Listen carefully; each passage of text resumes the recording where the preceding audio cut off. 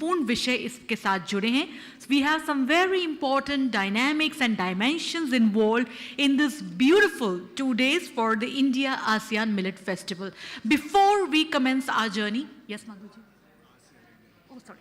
Before we commence our journey of ASEAN-India Millet Festival, we'd like to tell you that for the benefit of all present in the house, we have the translation facility available.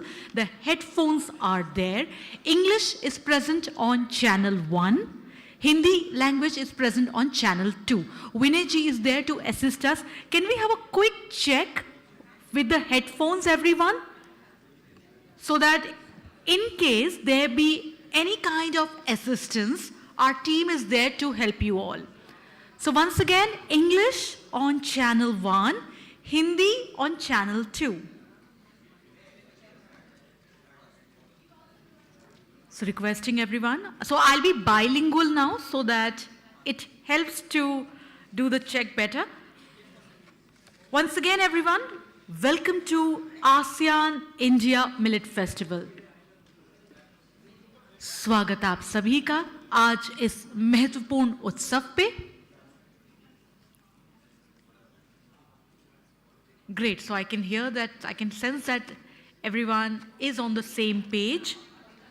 And yes, as you all know that millets, which are deeply rooted in India's ancient agricultural legacy since the Indus Valley civilization, and yes,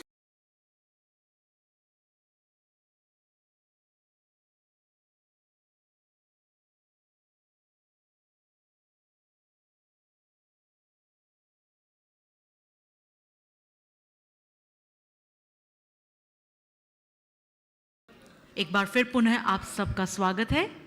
Just in some time from now, we shall commence with the deliberations of the inaugural session. अब से कुछ ही देर में उद्घाटन सत्र की हम सब लोग विचार विमर्श व प्रक्रिया व गतिविधियों की हम शुरुआत करने वाले हैं.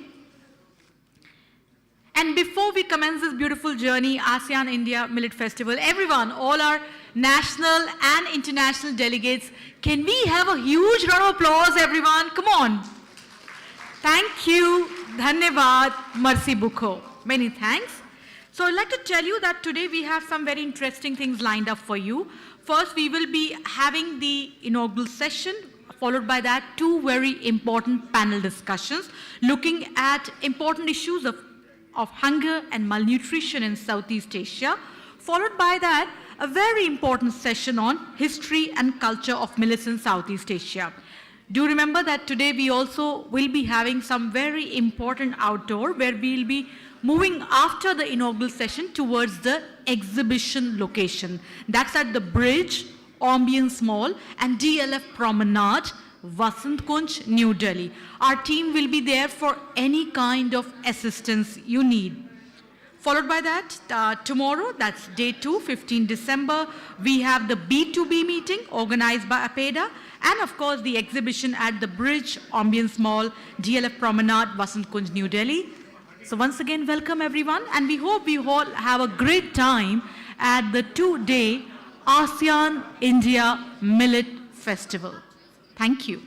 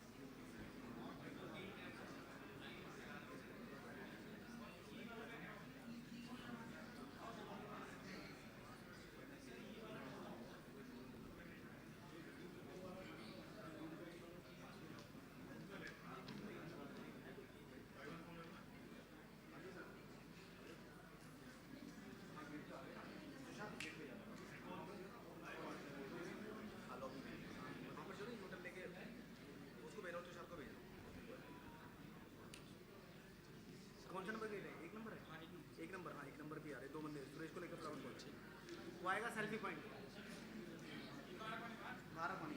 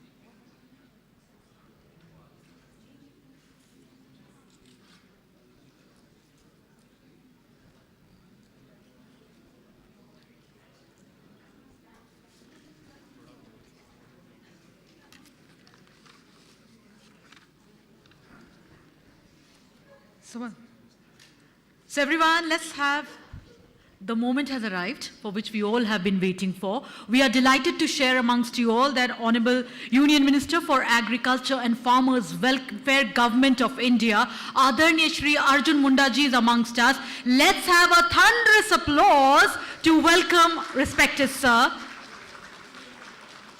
So here we are for the inaugural session of the Asean-India Millet Festival. Greetings, welcome, namaskar to Honorable Minister Sir. Ma'am, greetings. We are delighted to have you amongst us. Once again, everyone, let's have a thunderous round of applause as we are leading our dignitaries towards the dais. So please join us here on the dais. Ladies and gentlemen, Adarniya Shri Arjun Munda ji, Honorable Union Minister, Government of India for Agriculture and Farmers Welfare, Sir, namaskar. Respected Adarniya Shobha Karandlaje, ma'am, Honorable Minister of State for Agriculture and Farmers Welfare, Government of India, namaskar, ma'am. Adarniya Shri Kailash Chaudhary ji, Honorable Minister of State for Agriculture and Farmers Welfare, Government of India, welcome. Shri Manoj Ahuja ji, Department of Agriculture and Farmers Welfare, welcome. Shri Himanshu Pathak ji, Secretary, Department of Agriculture, Research and Education, greetings and welcome. So on that note, welcome everyone, requesting everyone to be seated. Time now? Sir, with your permission, we begin the proceedings for the day. Do we have your consent? Thank you, sir. Bahut bahut dhanyavad. So with the kind consent, time now for us to begin the inaugural session of the ASEAN-India Millet Festival. Once again, greetings, good morning, namaskar to each and all. It is with immense pleasure and a sense of profound anticipation that we extend a warm and heartfelt welcome to each one of you at the ASEAN-India Millet Festival. The occasion marks today the genesis of a remarkable journey, a convergence of minds, cultures, and innovations aimed at propelling sustainable agricultural practices and fostering stronger ties between ASEAN nations and India. As we gather here amidst the camaraderie of diverse expertise and shared aspirations, this festival stands as a testament to our collective dedications towards addressing global challenges such as hunger, malnutrition, promoting the remarkable potential of millets. Our joint commitment to sustainable solutions and the celebration of the rich heritage of millets serves as the cornerstone of this important event, embodying the spirit of collaboration and progress. So ladies and gentlemen, distinguished dignitaries here on the stage, as well as distinguished delegates across the dais, as we await the commencement of this momentous occasion, we are indeed delighted to have all our distinguished dignitaries together. And yes, ladies and gentlemen, as a symbol of unity and camaraderie, we invite everyone to rise for playing of the ASEAN and Indian national anthems.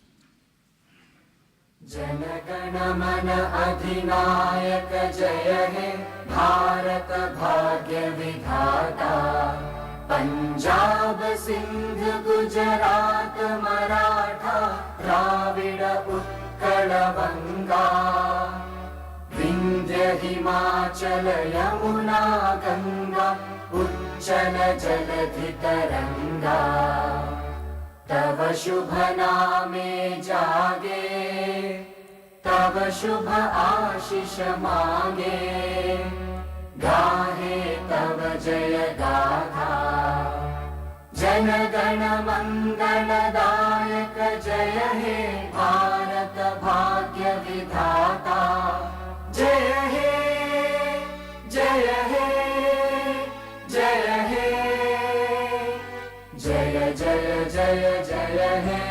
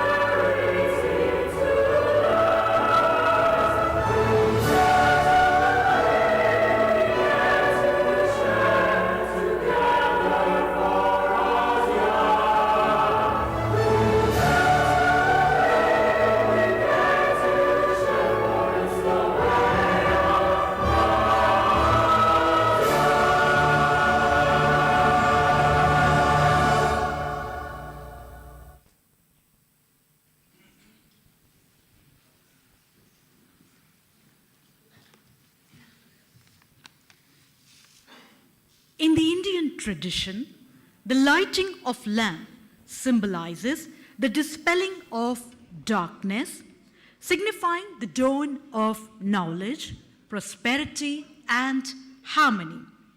It also signifies the illumination of knowledge and unity amongst our nations. On that note, I humbly request and invite our esteemed guests to join us in this cherished tradition as we commence this remarkable journey of ASEAN-India Millet Festival. Sir, we request you to join us for lighting the sacred lamp. Sir, please. Requesting Adarniya Shri Arjun Munda ji, Ma'am Shobha Karandlaje Ma'am, Adarniya Shri Kailash Chaudhary ji, Manoj Ahuja sir, please join us for lighting the sacred lamp. So the lamp signifying the dawn of knowledge, prosperity, harmony, unity, and this is also the important message of ASEAN-India Millet Festival. Let's have a thunderous applause, everyone.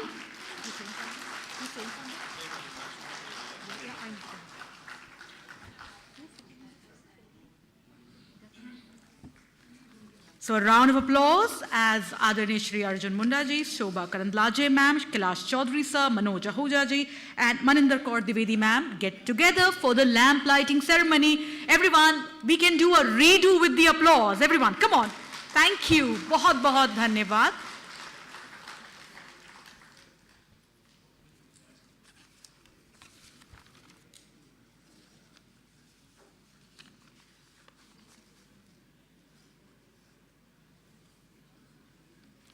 Many, many thanks. I request the dignitaries to join us here on the stage. बहुत बहुत धन्यवाद. दीप प्रज्वलित के पश्चात एक बार फिर हम अतिथिगण को इस समय मंच पर आमंत्रित करते हैं. Please be seated.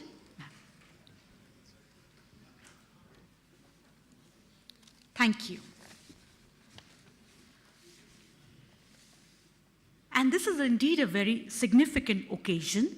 And to add more to the occasion with the magnanimity of the flowers, I would first request Maninder Kaur Dwivedi ma'am, Additional Secretary, Department of Agriculture and Farmers Welfare, Government of India, to please step forward and felicitate and welcome our very distinguished chief guest for today, Adarniya Shri Arjun Munda ji, Honorable Union Minister for Agriculture and Farmers Welfare, Government of India. So as we welcome sir, आपका बहुत बहुत स्वागत है आज ASEAN India millet उत्सव पर और तालियां जोरदार होनी चाहिए.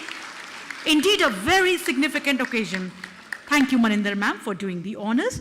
On that note, I invite on Madam Shubha Thakur ji, Joint Secretary, Department of Agriculture and Farmers Welfare, to welcome Madam Shobha Karandlaje ma'am, Honorable Minister of State for Agriculture and Farmers Welfare, Government of India. Ma'am, once again, greetings, namaskar, and welcome to the inaugural session of the ASEAN-India Millet Festival.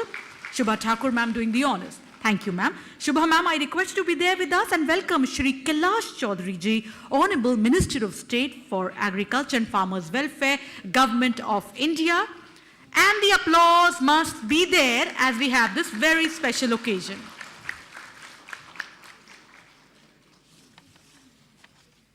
Many thanks, ma'am, for doing the kind honors. Many thanks.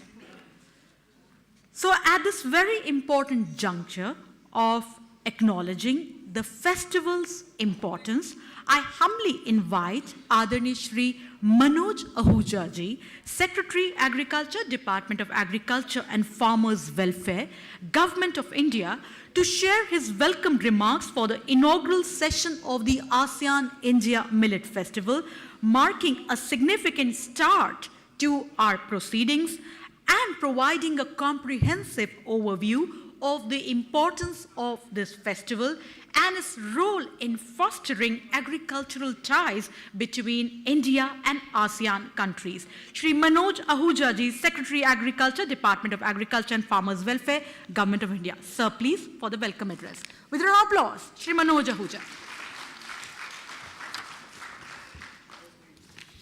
Namaskar.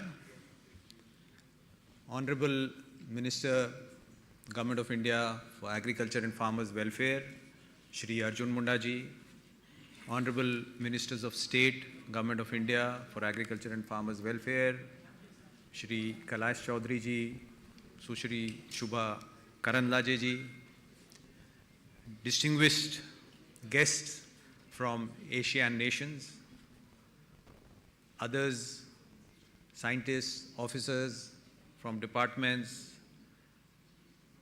distinguished guests who are associated with the millet ecosystem. It's a great pleasure for me to welcome all of you for this two-day international conference with ASEAN on millets. As all of you are aware, the first leg was in Bali, and it was received very well with the people who had attended the conference. Today, the world is faced with a lot of challenges. We recently had the COP28 concluding. Climate change is on the agenda. It's also a necessity to take care of livelihoods of small and marginal farmers across the world. And third is about consumers, the kind of food we eat, how does it affect us, and how do we plan for the future. And I think it is in this context that this conference plays a very important role, and millets have a large role. Just to, all of you would be aware of these facts, but I would like to reiterate. First is regarding climate, crops like millets have a very low carbon footprint. And therefore, when we think about future, when we think about crops which would be grown, which should be encouraged, which should be viable, how do we create ecosystems for them, then crops like millets are the foremost which come to our mind. Second is, for a small and marginal farmer, it's very necessary to give him adequate returns while covering his risks. And millets do that.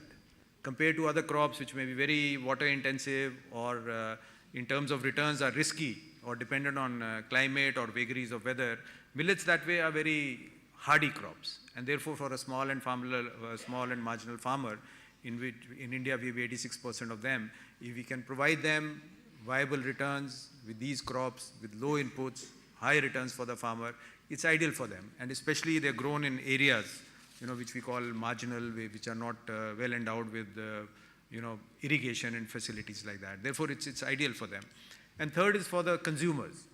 I think it's very important for us with availability of processed foods, highly processed foods, what we eat, right from childhood.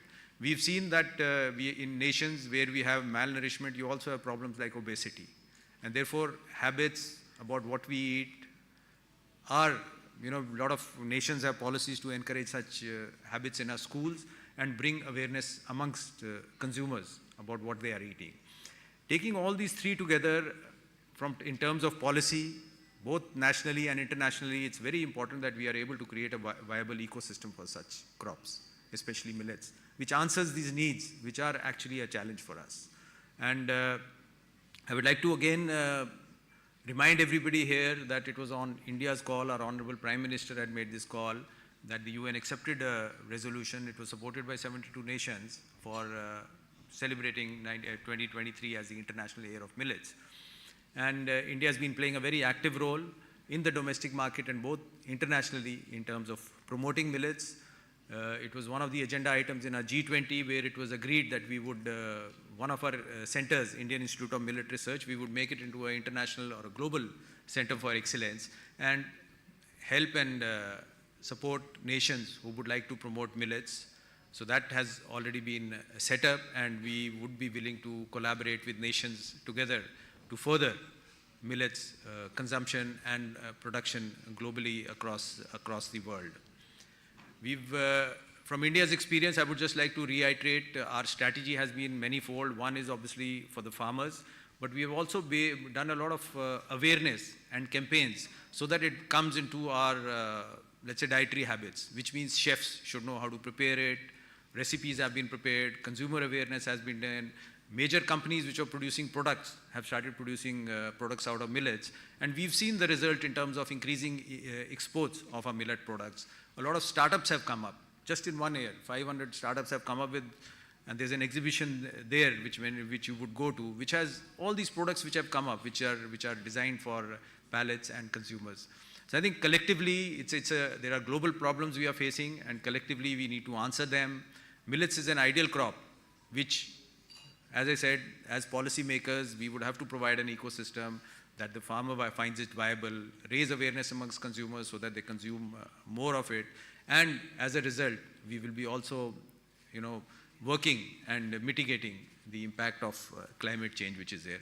I welcome our Honorable Minister who has given time for this function, and he has knowledge of this crop, and he would be telling you about millets and what has to be done about them.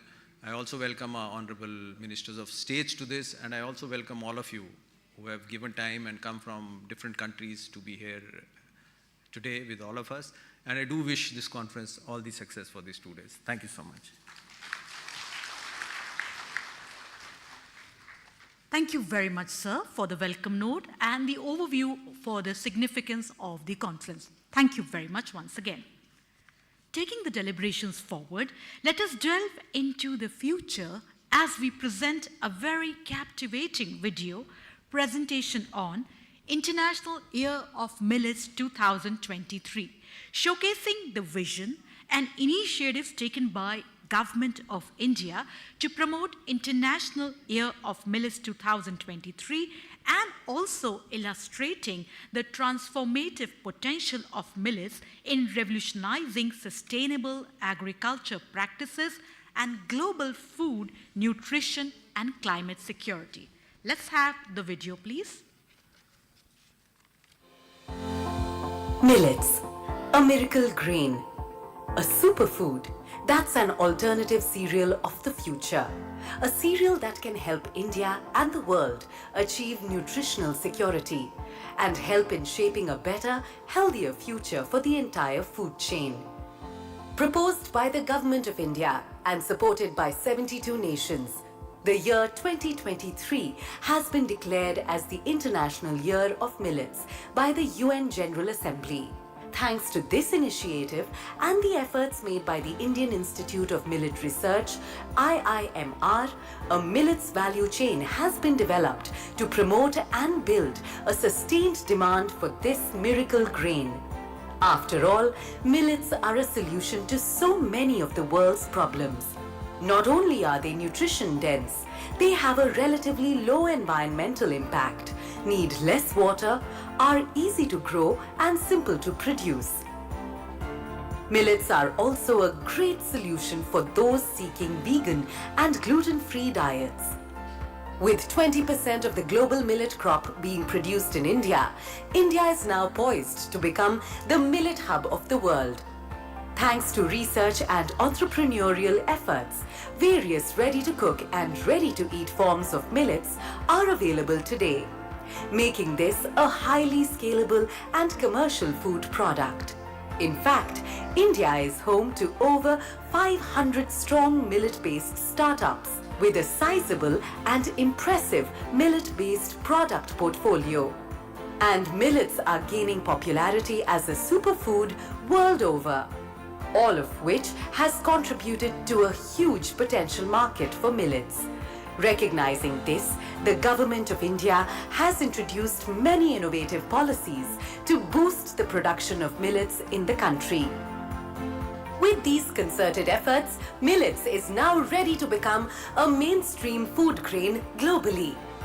And India is ready to lead the world by sharing its learnings, technologies, and best practices across the entire value chain with the rest of the world. Let's come together in the spirit of collaboration, joint initiatives, and knowledge sharing to create awareness across the entire ecosystem. From encouraging our manufacturers, traders, retailers, and exporters, to bringing this to our consumers across the world, and truly making this the cereal of the future.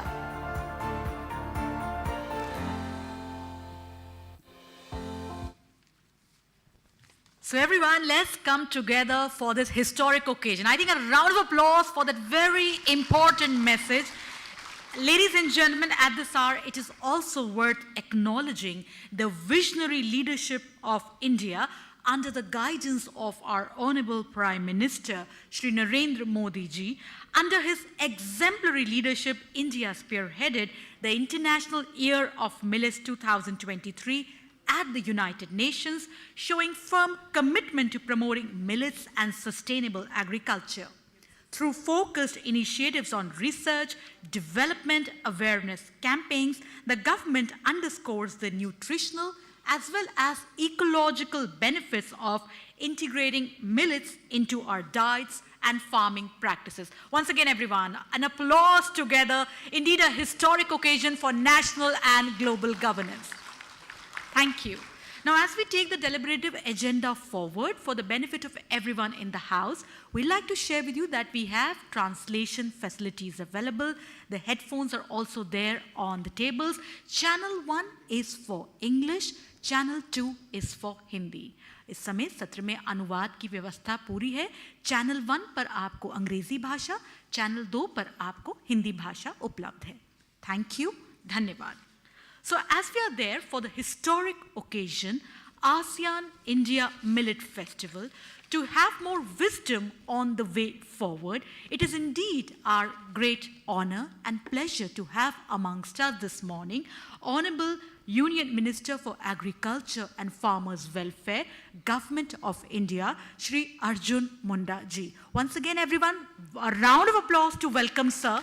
Sir, we now request for your gracious presence. Sir, हम इस समय आपसे अनुरोध करेंगे कि आपके बहुमूल्य विचारों द्वारा आज के हम सत्र को हम आगे बढ़ाएंगे. Once again, everyone, a round of applause. Sir, please.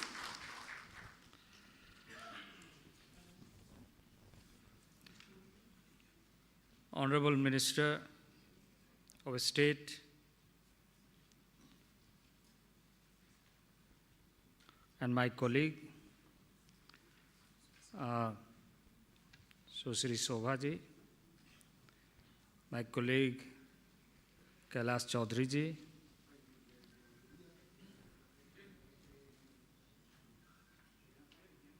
Secretary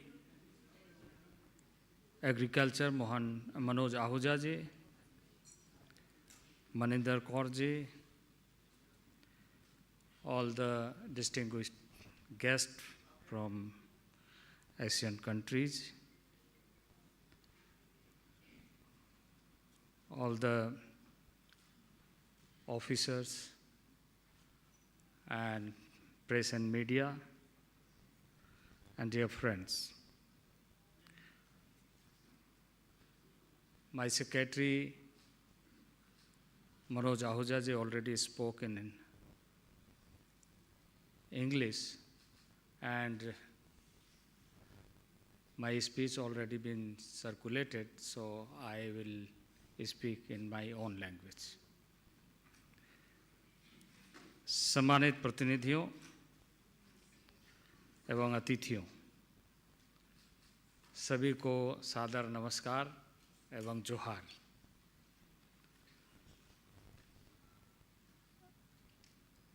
ASEAN एवं भारत श्री अन्न महोत्सव में इस प्रतिष्ठित सभा को संबोधित करना मेरे लिए बहुत बड़ा सौभाग्य है और यह कार्यक्रम श्री अन्न की जीवंतता और कृषि पोषण को बदलने में उनकी अपार क्षमता को प्रतिबिंबित करता है. माननीय प्रधानमंत्री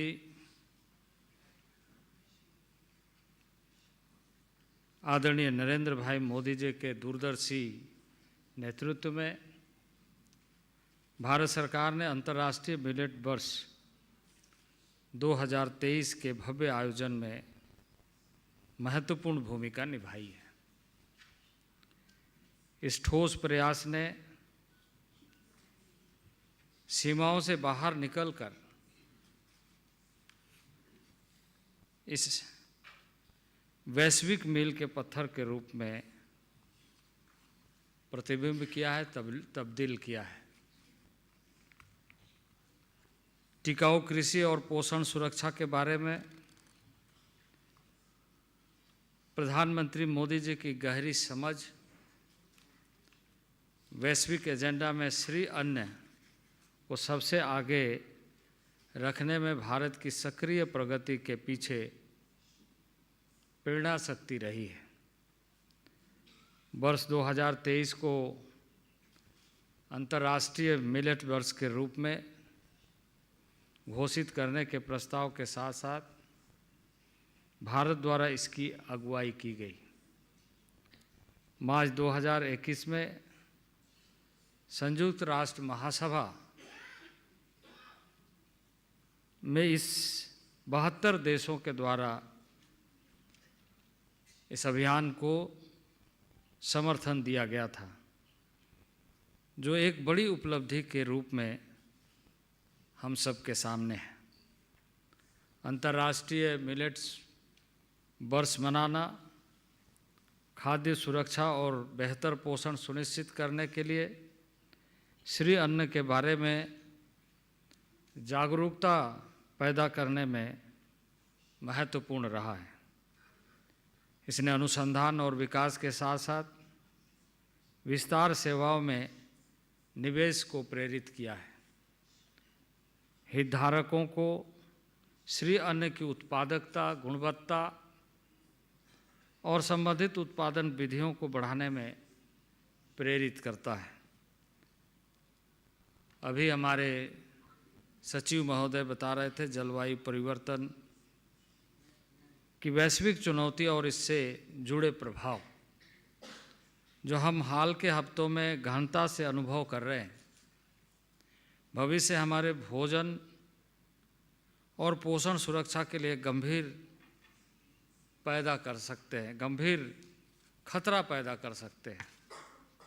ऐसी स्थिति में श्री अन्न की महत्ता और भी बढ़ जाती है। श्री अन्न प्राचीन अनाज है, जिसकी खासियत यह है कि यह छोटे होते हैं, लेकिन शरीर को बहुत अधिक पौष्टिक एवं मजबूती प्रदान करते हैं। खेती, जलवायु परिवर्तन और हमारे भोजन तथा पोषण को सुरक्षित करने के लिए हमारे दृष्टिकोण में क्रांति लाने की शक्ति श्री अन्न परिपूर्ण है। हर मायने में सच्चे श्री अन्न न केवल समृद्ध सांस्कृतिक विरासत के वाहक है, बल्कि एक ऐसा सतत समाधान भी पेश करते हैं जो हमारी वर्तमान चिंताओं से मेल खाता है। श्री अन्न किसानों, उपभोक्ताओं और पर्यावरण के लिए असंख्य लाभ प्रदान करते हैं। वैश्विक खाद्य पोषण सुरक्षा में महत्वपूर्ण योगदान देते हैं। इसके अलावा जीरो हंगर, अच्छे स्वास्थ्य व कल्याण, सतत उपभोग व उत्पादन और जलवायु कार्रवाई को शामिल करते हुए निर्णायक सतत विकास लक्ष्यों को संबोधित करने की श्री अन्न की क्षमता उन्हें विकासशील देशों के लिए अपरिहार्य संसाधनों के रूप में रखती है। श्री अन्न विविध वातावरण में पनपने की क्षमता रखते हैं। अधिकतम पोषण लाभ प्रदान करते हुए इनके लिए न्यूनतम संसाधनों की आवश्यकता होती है। श्री अन्न समय की कसौटी पर खरे उतरे हैं, जिसमें नम्यता, अनुकूलशीलता और आवश्यक पोषक तत्वों का खजाना शामिल है। हमारे आहार में श्री अन्न को अपनाना सिर्फ खुद को पोषण देने के बारे में ही नहीं है, बल्कि यह धरा को पोषित करने, सतत कृषि पद्धतियों को बढ़ावा देने और आने वाली पीढ़ियों को स्वस्थ, अधिक सुरक्षित भविष्य को सुनिश्चित करने से संबंधित है। हम अपने किसानों पर पड़ने वाले प्रभाव को पहचानें। श्री अन्न सिर्फ फसलें नहीं है, वे हमारे कृषि समुदाय के लिए आशा की किरण है, जो अनिश्चित जलवायु को स्थिरता प्रदान करते हैं और हमारे किसानों को अनुकूल पैदावार व सतत आय के साथ समर्थ बनाते हैं। अपनी न्यूनतम जल आवश्यकताओं, कम कार्बन फुटप्रिंट और सूखे की स्थिति की में पनपने की क्षमता के लिए प्रसिद्ध श्री अन्न सही मायने में जलवायु हितैषी फसलों की कसौटी पर खरे उतरते हैं।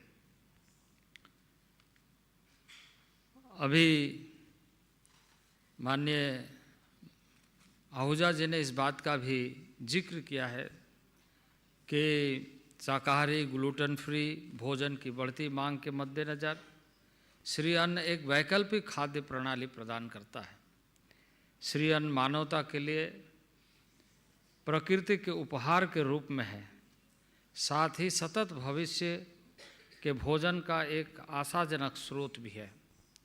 सरकार के सक्रिय बहुमुखी दृष्टिकोण में व्यापक नीतियाँ, रणनीतिक सहयोग और लक्षित अभियान सबका उद्देश्य कृषि, पोषण व सततता में श्री अन्न के सर्वोपरि महत्व को बताना है। भारत सरकार ने व्यापक अभियान प्रारंभ किए हैं और सबके समर्थन से कुपोषण से निपटने, जलवायु परिवर्तन के प्रतिकूल प्रभावों को कम करने के सतत प्रयास कृषि पद्धतियों को अपनाने के और बढ़ावा देने के लिए श्री अन्न को बेहतर समाधान के रूप में स्थापित एवं लगातार प्रोत्साहित किया है। कृषि एवं किसान कल्याण मंत्रालय श्री अन्न के संवर्धन को बढ़ावा देने के लिए और इन अनाजों की बढ़ती मांग को पूरा करने के लिए सभी राज्यों और संघ राज्य क्षेत्रों में राष्ट्रीय खाद्य सुरक्षा मिशन के तहत मिलेट्स उप मिशन सक्रिय रूप से कार्यान्वित कर रहा है। इस पहल में कई प्रकार के हस्तक्षेप शामिल हैं, जैसे क्लस्टर फ्रंट, लाइन प्रदर्शन, पद्धतियों के बेहतर पैकेज की शुरुआत, संकर किस्म और उच्च उपज वाली किस्मों के प्रमाणित बीजों का वितरण, विशेष रूप से HYB के प्रमाणित बीजों पर केंद्रित बीज उत्पादन, जैव उर्वरकता और सूक्ष्म पोषक तत्वों का संयोजन, पौधों की सुरक्षा के लिए रसायन और खरपतवारनाशी मैनुअल स्प्रेयर का प्रावधान, साथ ही किसानों को स्प्रिंकलर जैसे जल अनुपयोग उपकरण की सुविधा। कृषि मंत्रालय ने विभिन्न मंत्रालयों और राज्यों के साथ मिलकर देश में श्री अनाज के प्रचार प्रसार में महत्वपूर्ण भूमिका निभाई है। कई राज्य मिलेट मिशनों और परियोजनाओं को शुभारंभ हमारी प्रतिबद्धता का प्रमाण है।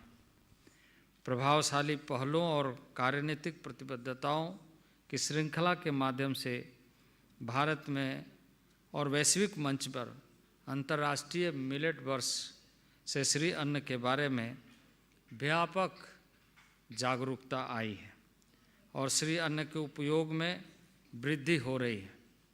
भारतीय श्री अन्न को वैश्विक स्तर पर प्रचार प्रसार करने के लिए हमारे विभिन्न वैश्विक एक्सपो, व्यापार मेलों और कार्यक्रमों में भाग लेने के लिए सभी भारतीय मिशनों, स्टार्टअप्स, उद्योग के कार्यकर्ताओं को शामिल किया है। इसमें नीतिगत संवाद, साझेदारी बनाने और वैश्विक मंच पर श्री अन्न के महत्व को बढ़ाने में सुविधा मिली है। हमारी प्रतिबद्धता महज शब्दों में नहीं, अभी तो इससे आगे की है। खाद्य एवं कृषि संगठन में मिलेट्स को एक देश एक प्राथमिकता उत्पाद के रूप में नामांकित करके और इसे 21 जिलों में एक जिला एक उत्पाद तक विस्तारित करके हमने श्री अन्न की क्षमता का दोहन किया है। उनके पोषण और मूल्य और आर्थिक व्यवहार्यता का दोहन किया है। मैं भारतीय मिलेट्स अनुसंधान संस्थान को श्री अन्न के लिए वैश्विक उत्कृष्टता केंद्र में बदलने का भी उल्लेख करना चाहूँगा। मार्च 2023 में वैश्विक मिलेट सम्मेलन के दौरान हमारे लोकप्रिय प्रधानमंत्री जी द्वारा की गई उद्घोषणा श्री अन्न की खेती और अनुसंधान के क्षेत्र में वैश्विक अनुसंधान सहयोग और नवाचार को बढ़ावा देने के लिए हमारे समर्पण का प्रतीक है। IMR ने इन विभिन्न संस्थानों में 25 बीज हब 18 केंद्र स्थापित करने में महत्वपूर्ण भूमिका निभाई है। वह अन्य कृषि संस्थानों के सहयोग से श्री अन्न की 200 से अधिक उन्नत किस्में विकसित की है। इससे उच्च गुणवत्ता वाले श्री अन्न बीजों की अधिशेष उपलब्धता सुनिश्चित हुई है, जिसका उद्देश्य वार्षिक बीज प्रतिस्थापन अनुपात 10% तक बढ़ाना है। IIMR ने श्री अन्न के लिए खेती के ज्ञान का प्रसार करने, व्यापक अनुसंधान और आउटरीच कार्यक्रम आयोजित करने में वैश्विक प्रयासों में प्रमुख भूमिका निभाई है। फसलोपरांत प्रौद्योगिकियों पर IIMR के फोकस के परिणाम स्वरूप स्नैक्स, आटा और पेय पदार्थों सहित 50 से अधिक मूल्यवर्धित श्री अन्न उत्पादों का निर्माण हुआ है, जिसके भंडारण, प्रसंस्करण और पोषण मूल्य बढ़ाने में श्री अन्न की भूमिका में वृद्धि हुई है। निजी क्षेत्र के साथ साथ ऐसे संस्थाओं का सहयोग हमारी रणनीति का मौलिक हिस्सा रहा है। हमने श्री अन्न मूल्य श्रृंखला में कार्यरत 500 से अधिक स्टार्टअप व 400 से अधिक किसान उत्पादक संगठनों को शामिल करते हुए एक सुदृढ़ परिस्थितिकी तंत्र को बढ़ावा दिया है। IIMR के मार्गदर्शन में 250 से अधिक स्टार्टअप सक्रिय रूप से इनक्यूबेट किए गए हैं, जो नए उत्पाद बना रहे हैं, व्यंजन तैयार कर रहे हैं और उन्नत प्रसंस्करण मशीनरी विकसित कर रहे हैं। कई FMCG व स्टार्टअप ने बाजार में विभिन्न मूल्यवर्धित उत्पादों को नया स्वरूप देने में महत्वपूर्ण भूमिका निभाई है।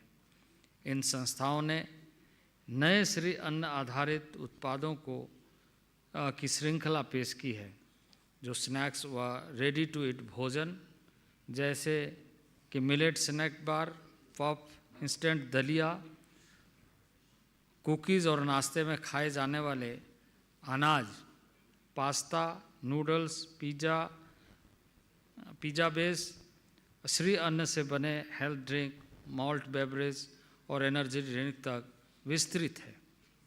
उत्पादों की इस विस्तृत रेंज के माध्यम से विविध प्रकार की पाक संबंधी आवश्यकता को पूरा करने के लिए साथ ही साथ बाजार में श्री अन्न उत्पादों की विविधता तथा पहुंच को और अधिक विस्तारित किया जा रहा है। इस वर्ष भारत ने उत्कृष्ट रूप से G20 की अध्यक्षता की और देश ने वैश्विक मंच पर अपनी समृद्ध सांस्कृतिक विरासत और पाक कला में विशेषज्ञता को प्रदर्शन करते हुए देश में 32 विभिन्न क्षेत्रों में लगभग 200 बैठकों की मेज़बानी की है। श्री अन्न पर रणनीतिक रूप से फोकस करते हुए भारत ने न केवल अपनी कृषि विरासत को प्रदर्शित किया, बल्कि सतत कृषि पोषण और जलवायु अनुकूल जैसे वैश्विक चुनौतियों के प्रति प्रतिबद्धता को भी जाहिर किया है। श्री अन्न पर इस स्पॉटलाइट ने जो G20 देशों के बीच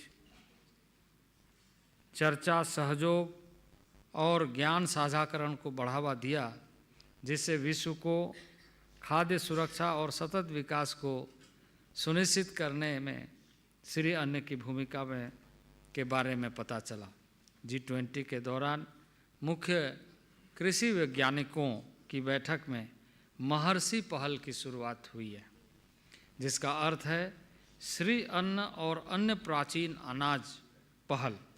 इस पहल का उद्देश्य शोधकर्ताओं और संस्थानों को जोड़ना, सूचना के आदान प्रदान को प्रोत्साहित करना और G20 देशों में क्षमता निर्माण गतिविधियों का आयोजन करना है। हमारी पहुंच वैश्विक स्तर पर व्यापक रूप से हुई है। BioFach Germany, Gulfood Dubai, SIL food Canada जैसे अंतर्राष्ट्रीय व्यापार मेलों और प्रदर्शनियों में भागीदारी के माध्यम से हमने अपने श्री अन्न उत्पादों की झलक दिखाई है, सुदृढ़ संबंध बनाए हैं और अंतर्राष्ट्रीय मानकों के बारे में जानकारी प्राप्त की है। हमारी आउटरीच पहल शानदार रही, जो अनुमानित 57 करोड़ से अधिक व्यक्तियों तक पहुंची है। अंतर्राष्ट्रीय कॉन्फ्रेंस व पाक समारोह से लेकर प्रदर्शनियों और जागरूकता अभियानों तक हर प्रयास को अंतर्राष्ट्रीय मिलेट वर्ष को जन आंदोलन बनाने की दिशा में प्रयास हुए हैं और निर्देश किया जा रहा है। मैं एक ऐसे मंच को बढ़ावा देने में आसियान देशों और भारत के बीच सहयोगात्मक प्रयासों की सराहना करता हूँ, जो न केवल श्री अन्न की विविधता को बढ़ावा देता है, बल्कि सार्थक ज्ञान आदान प्रदान और व्यापार के अवसरों की नींव भी रखता है। जैसा कि हम गहन पैनल चर्चाओं में हिस्सा लेते हुए आपसी साझेदारी को बढ़ा रहे हैं, तो आइए हम खाद्य सुरक्षा सुनिश्चित करने, स्वास्थ्यवर्धक आहार के विकल्पों को बढ़ावा देने व किसानों को सशक्त बनाने का व्यापक लक्ष्य निर्धारित करें। हम सब मिलकर श्री अन्न को केंद्र में रखते हुए एक उज्जवल और पहले से अधिक सतत भविष्य की पटकथा लिखें। आपके समर्पण और भागीदारी के लिए आप सभी का धन्यवाद। आइए हम श्री अन्न समृद्ध भविष्य की दिशा में अन्वेषण और सहयोग की इस यात्रा को जारी रखें। और मैं अंत में आप सबसे निवेदन करूंगा कि हमारा जो एग्जीबिशन हो रहा है हमारे बसंत मॉल में, आप सभी वहाँ आएँ, देखें।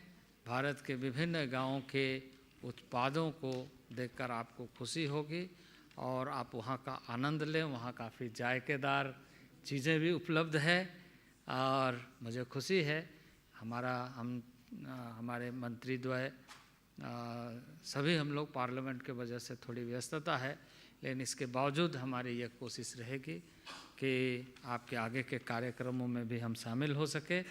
मैं इन्हीं शब्दों के साथ इस आयोजन के शुभारंभ के लिए और जो एशियन राष्ट्र हैं और भारत मिल कर के इस मिलेट्स के आंदोलन को एक सफलीभूत अमली जामा पहनाने का प्रयत्न को जारी रखेगा। बहुत बहुत शुभकामनाएं, बहुत बहुत धन्यवाद।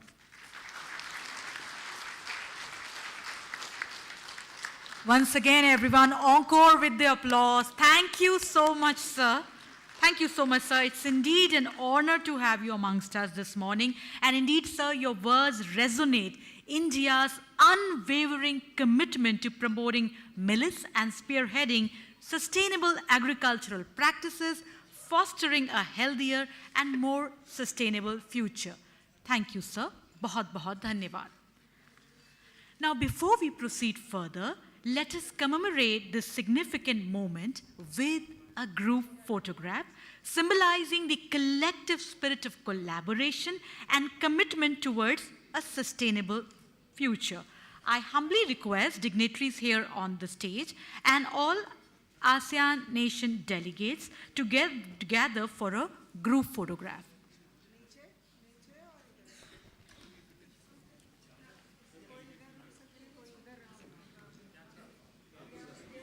So we now have the group photograph.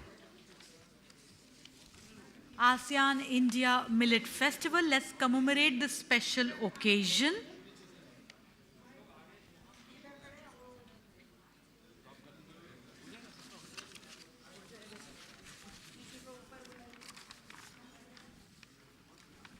Requesting our delegates from ASEAN nations, please join us for the group photograph.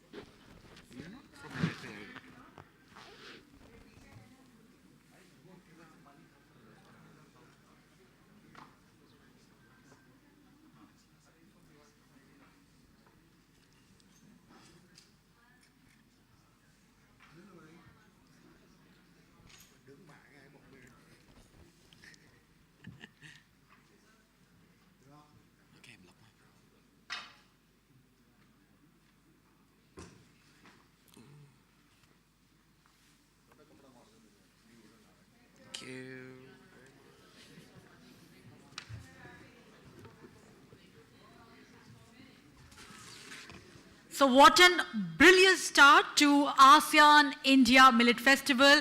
Requesting everyone to be seated. And yes, we'll be now having two very important panel discussions also. Once again, requesting everyone to be seated. And let's have a thunderous round of applause for our esteemed dignitaries. Thank you so much. From selected FPOs, people is there. We are also willing to take the photo with delegates. Please allow. Shubha ma'am, Shubha ma'am.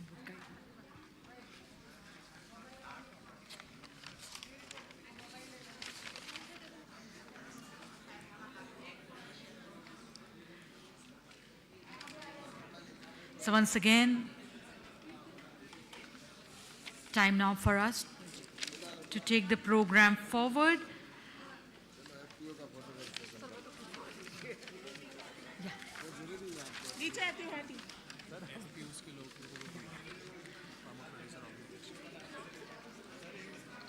Yes, requesting the FPOs to please join for the photograph.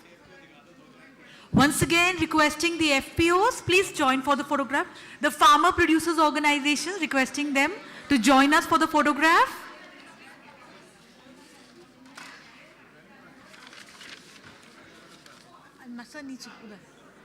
Sir, there.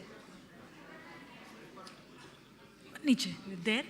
So once again, the farmers producers organizations are there for the photograph now.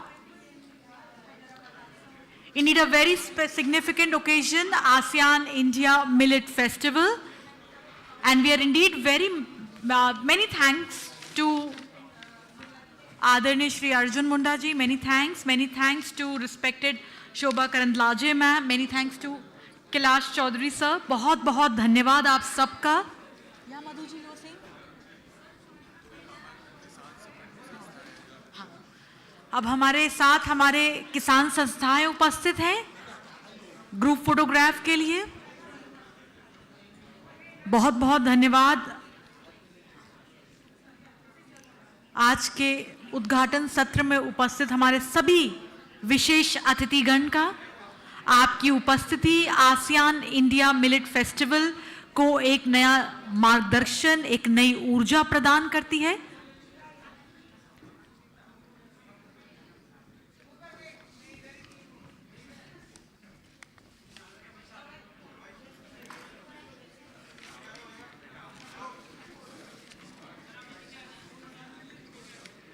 Once again, many thanks to our esteemed guests, esteemed dignitaries for gracing this occasion with your presence.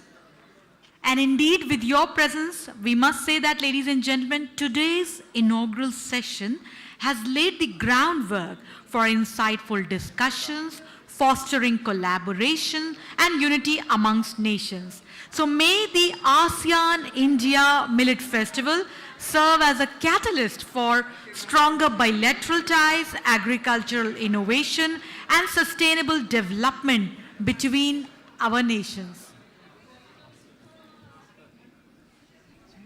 बहुत ही विशेष उत्सव, बहुत ही प्रमुख उत्सव, जहां पर सभी अतिथिगण की उपस्थिति के साथ आसियान इंडिया मिलेट फेस्टिवल को एक नया दृष्टिकोण, एक नया मार्गदर्शन.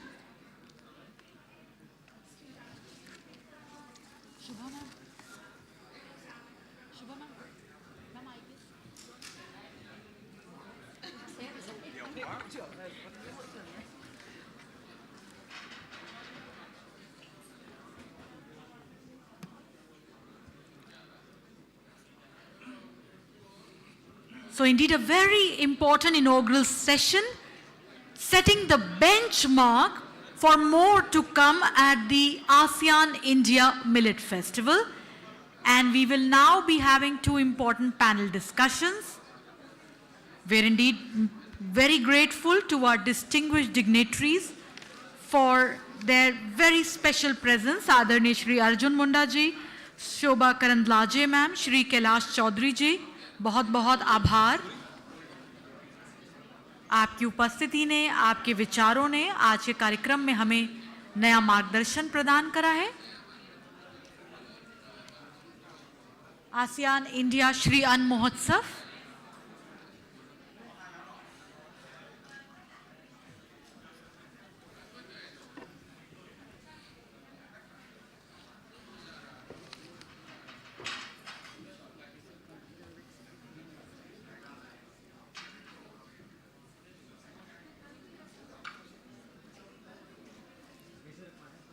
और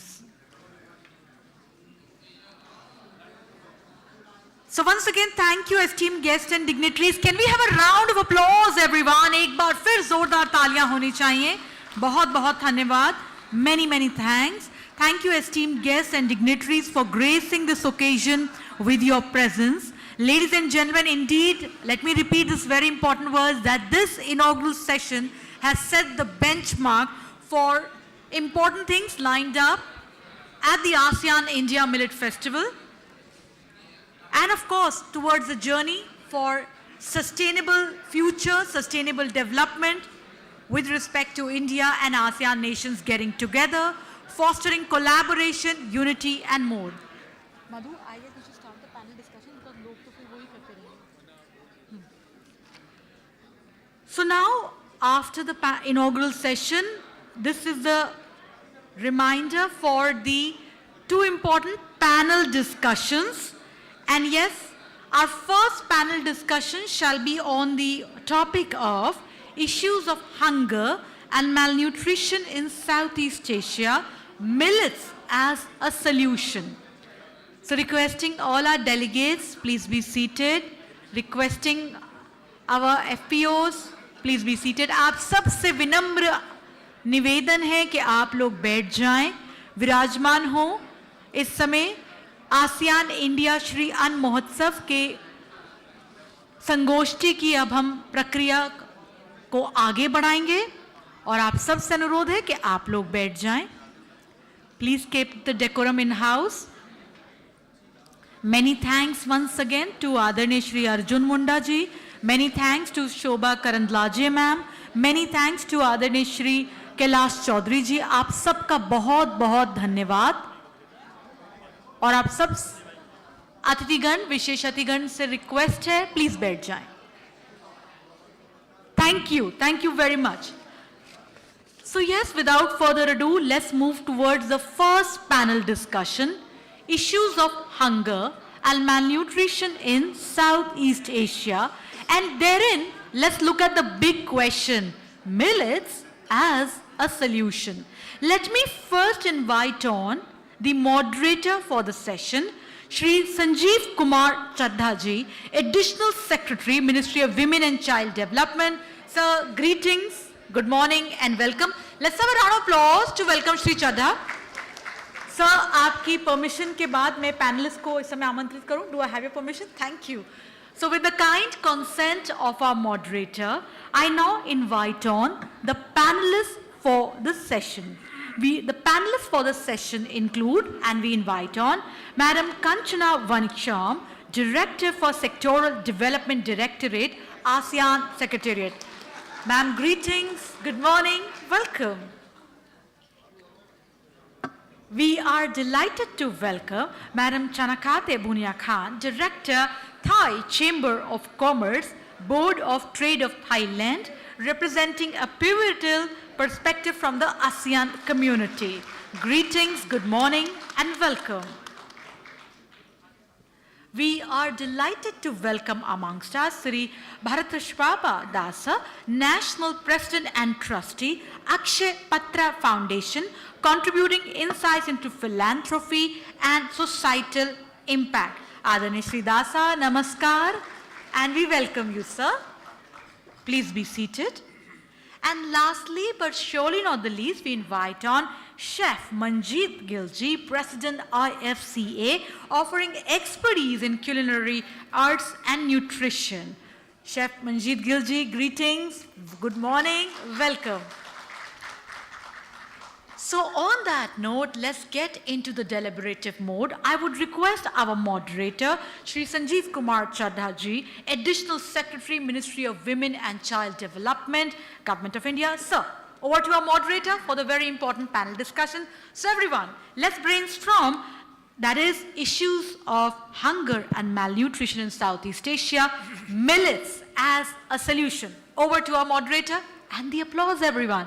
With an applause, we hand it over to moderator, sir. Sir, please. Thank you. Good morning to you all.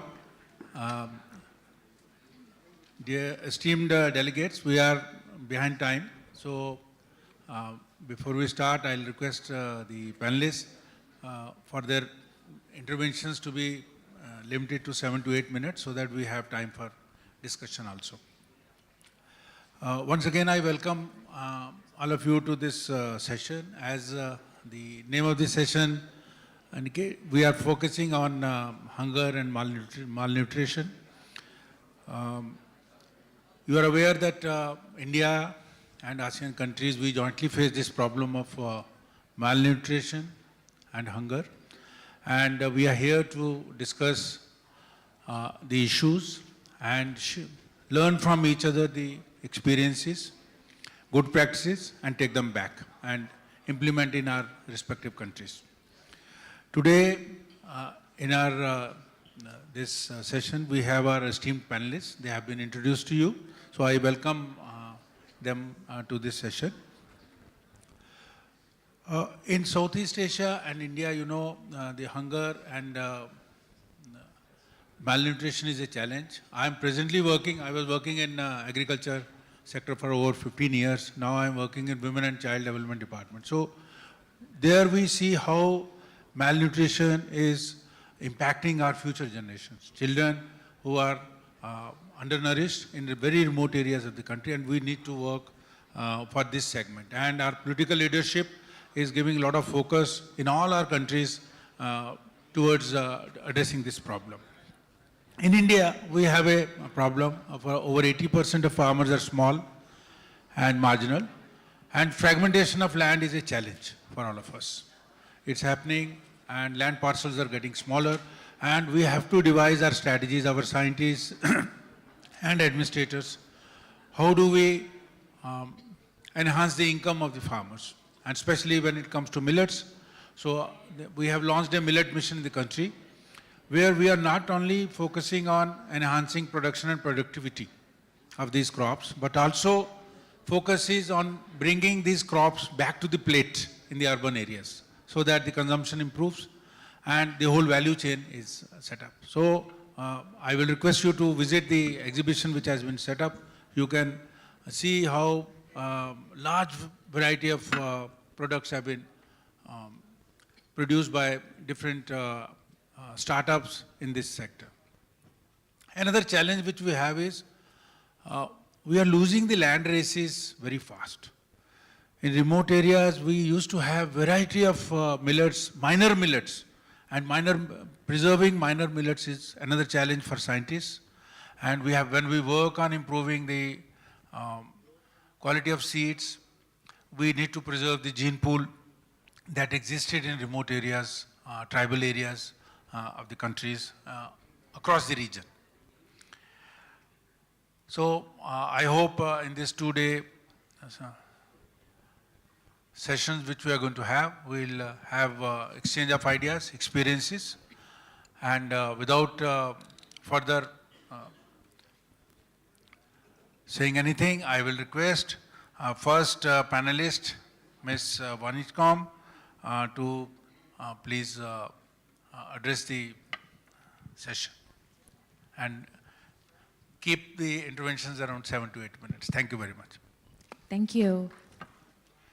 First of all, since I take the mic for the first time, I would like to take this opportunity to thank the government of India for this wonderful initiative and inviting us from ASEAN Secretariat and also from ASEAN member states.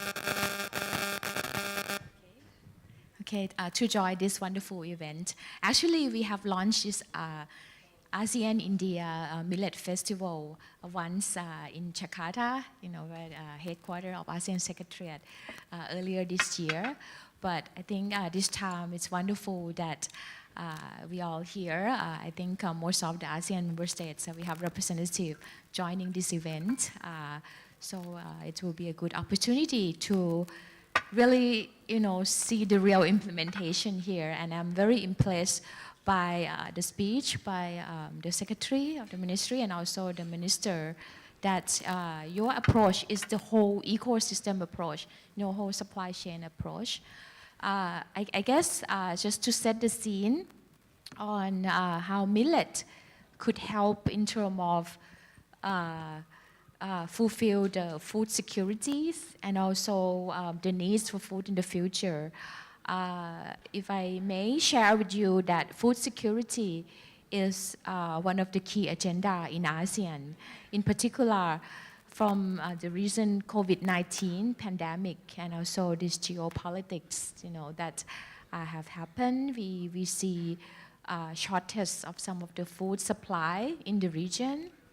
So it's a regional issues and it's also at national issue as well. So ASEAN do have this policy platform. We have to be the exact name, ASEAN Integrated Food Security Framework. We also have ASEAN Plan of Action on this. It's listed what needed to do at the region, to work together and look at different supply chains, how we could leverage on different countries' strength and also our dialogue partners. India is our comprehensive dialogue partners of ASEAN, meaning that you have cooperation with us in all the areas, all the sectors, okay, including food. So I think the policy is quite clear, in terms of the direction. It's just that the implementation, how do we move this? And if you see, in terms of food security, right, you fulfill the basic needs. And actually, at ASEAN, we have conducted this supply chain of food studies. Although most countries in ASEAN, we grow all this, comparative to millet, like crops and export. But we do import some, for example, wheat. And as we hear from the secretary this morning, that millet is superfood. It could substitute most of this, wheat-like kind of crops, right? But also, there are varieties to explore. You have this research institution, looking at different ways of using millet, right, for more high value added food, right? I see some processed foods. You can make noodles, you could make cookies, you could make it part of the ingredients. So I guess the rationale is clear that you could make use of millet to substitute and also opportunity for future kind of foods. The question is, how do you get people in ASEAN to be familiar with millet? I think that's the key challenge. And back to the mechanism, I think ASEAN, we do have Asean-India cooperation platform, including some funding. So perhaps one starting point, perhaps what we could discuss today is we could kick off some kind of pilot or demonstration, or if we can really bring in the private sector, to explore different ways of making use of this superfood, this millet, to serve the demands for ASEAN, both in terms of substitutions, some of the ingredients, some of the crops that we have imported a lot, and also for future demands that you have to create. And I have talked to some of the delegates here. They say first thing is... I'll request you, if you can throw some light on how ASEAN as an institution, secretariat, can play an important role in bringing different stakeholders together in this region. We have our national level institutions, as Honorable Minister said in his address. We have different UN organizations working here in this sector, like ICRISAT and other organizations. So how an institutional framework can be developed so that we have a structured protocol for collaboration among us? Yes, thank you. So ASEAN has a convening mechanism, we could call for collaboration, for the 10 member countries. For food, agriculture, and forestry, we do have cooperation in all levels, I could say. We have ministerial meeting every year, once a year. We have at the senior officer meeting twice a year, so like Secretary General level, PERMSEC level. And we have working groups, different kind of working groups, also including on food security, on food innovation. So that's something that we can leverage on from food. But we also have cooperation in other areas like innovation, research side, technology, or even with the private sector. So we have ASEAN Back, that's another platform that we could call for. I guess my point is we just have to give it a try, and we could be a matchmaker and get people to, start getting people in the region to be familiar. And then I want to emphasize on we have to look at the whole supply chain kind of approach, some country in the region are strong in midstream, some are strong in downstream. And millet, I think India can produce and can export, so you have more for the demand in the country. So that could be one way to look at. Thank you. Thank you. So now I'll request Ms. Bunya Khan from Chamber of Commerce, Board of Trade for Thailand, to give her interventions. Being from the private sector, I'm actually representing the Thailand Chamber of Commerce and Board of Trade of Thailand. I think in order for the private sector to take part in this, the first thing is that we have to create awareness about it. Because I've been actually talking to a few delegates from a few countries. We know what millets are, but we're not familiar with it. Basically in Thailand, we don't make use of the millet that much. After hearing today, and also I did extensive research before joining the session, after knowing the unlimited and the abundant benefits that millets have to offer, I've been thinking to myself, I've been missing out on something very important.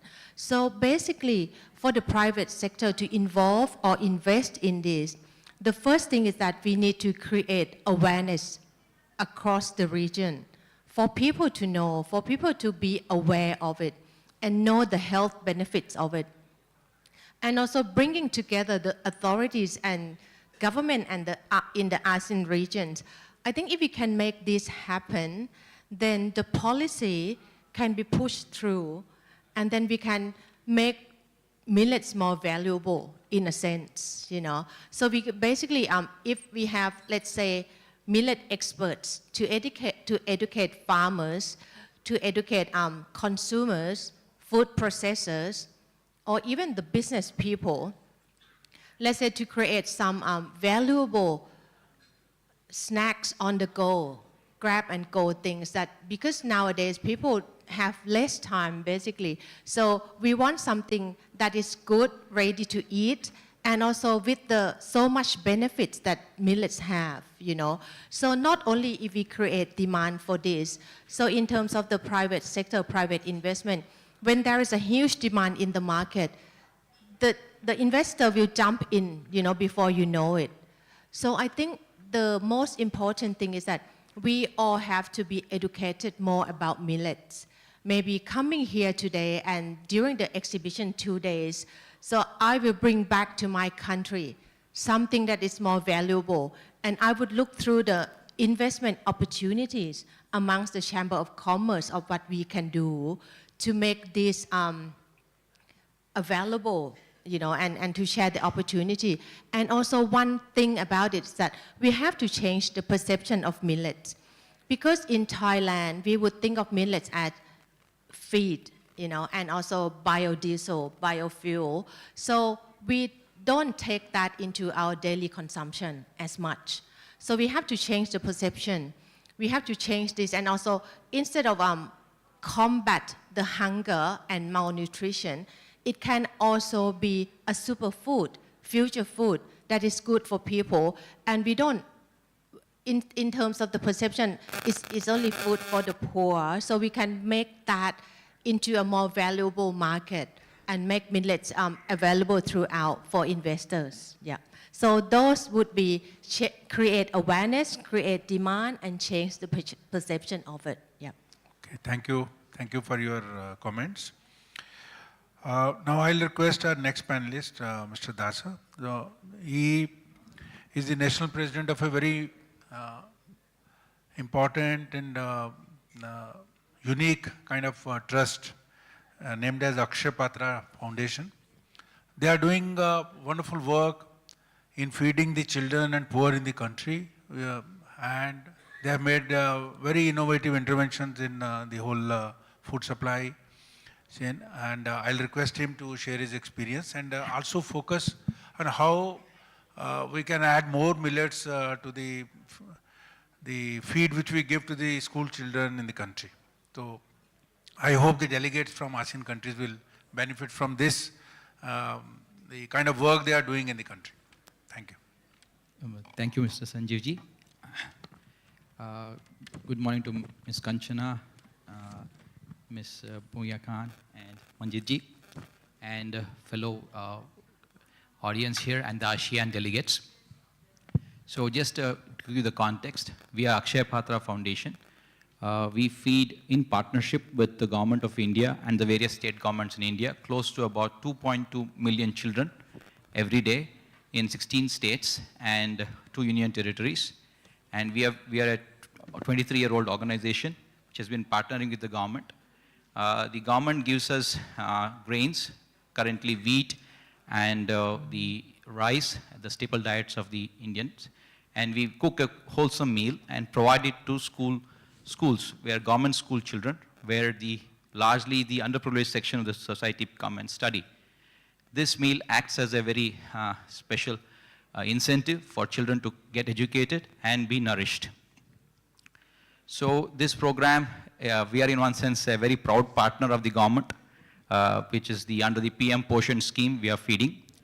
And the government's contribution comes in the form of grains and a grant, and we top it up and ensure a wholesome meal goes to the underprivileged section. These are the bottom of the pyramid, and that way we are reaching out the solution. Hunger and malnutrition is very prevalent in this underprivileged section, so we are trying to feed that.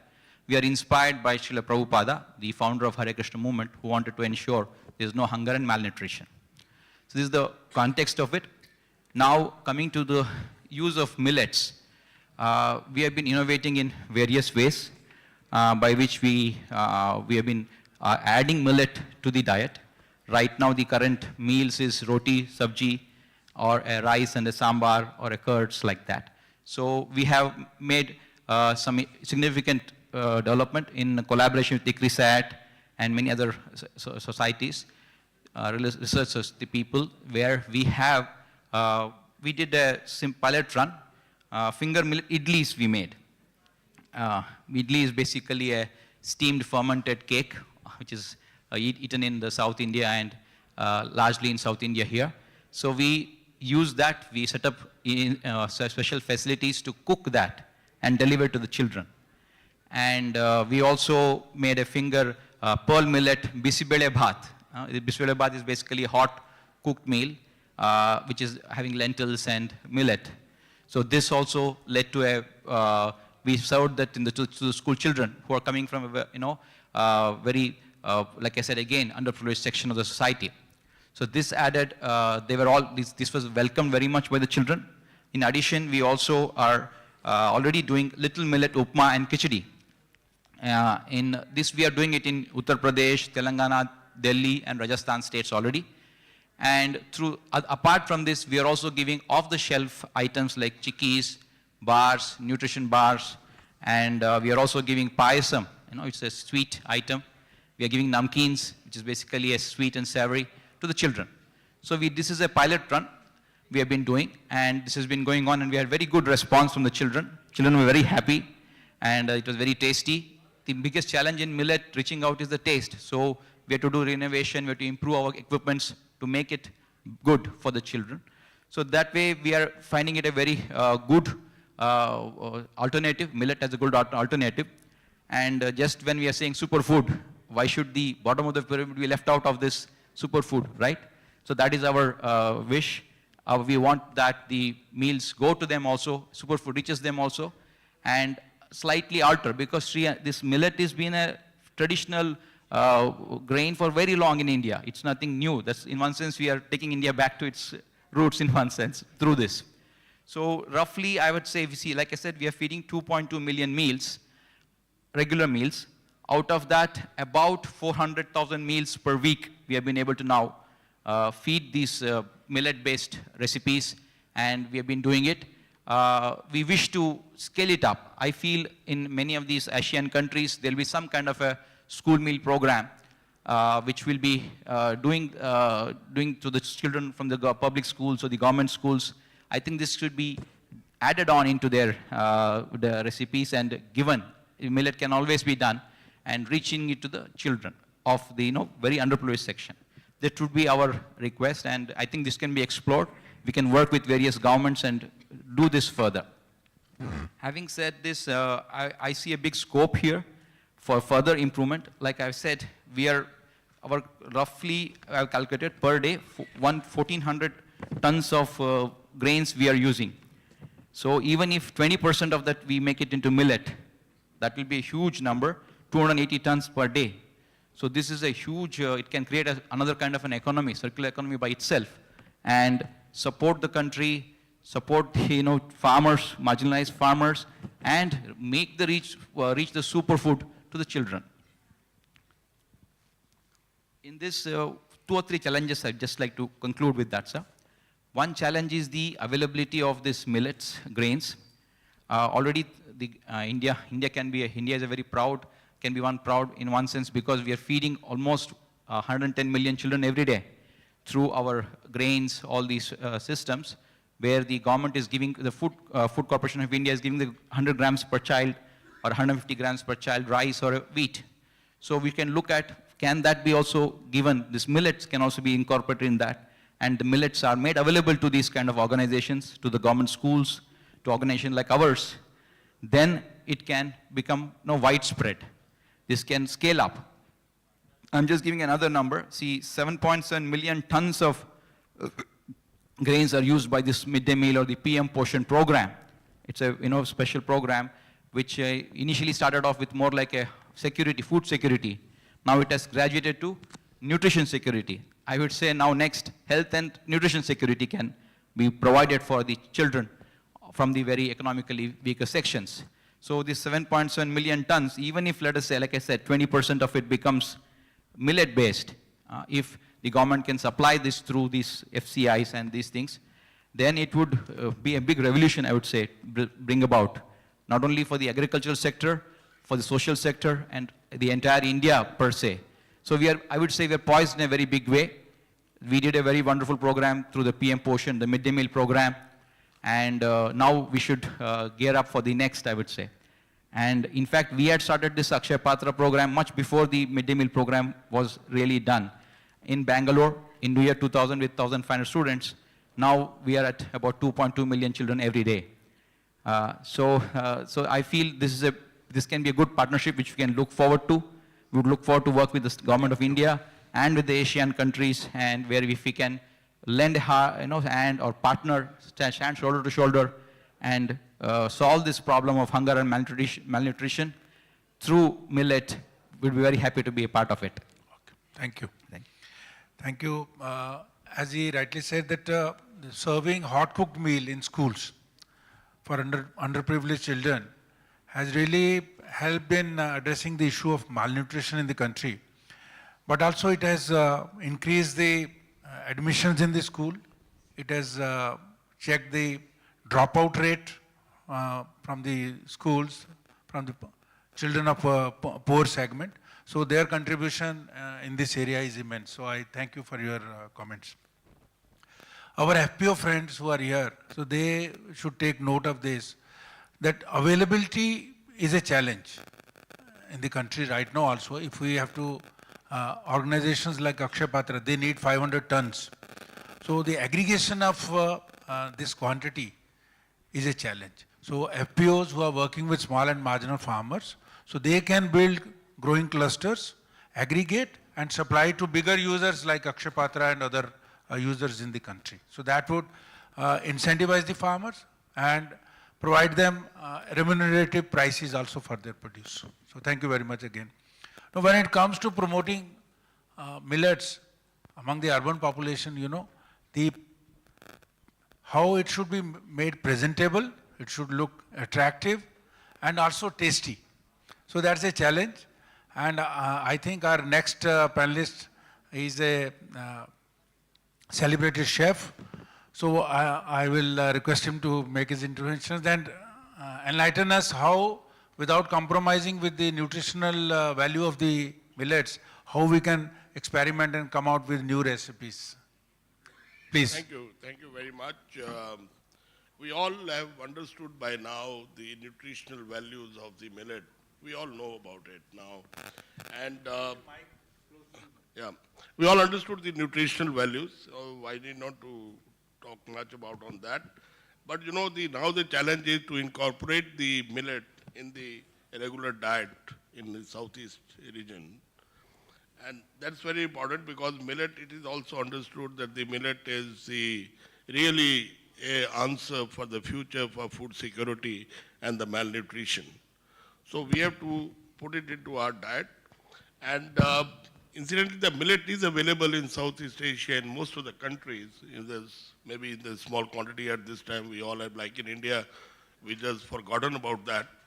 And it's very easy for Southeast Asians to rediscover that millet and put it back into their everyday diet, and their own recipes can be discovered, and then the similar can be created with the chefs now again to put it in today's fashion, in today's diet habits. The millet can be easily incorporated, and the millet as it is grown in most of the countries, so it's easy to do all these things.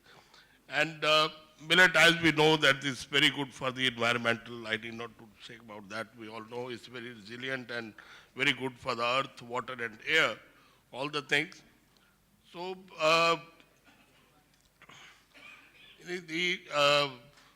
now millet, the cultivation, as I said, is there in the many countries in Southeast Asia. So now the role of millet, in the Southeast Asia extends beyond agriculture, and the cultural significance. So it's easy to incorporate because it is part of our culture.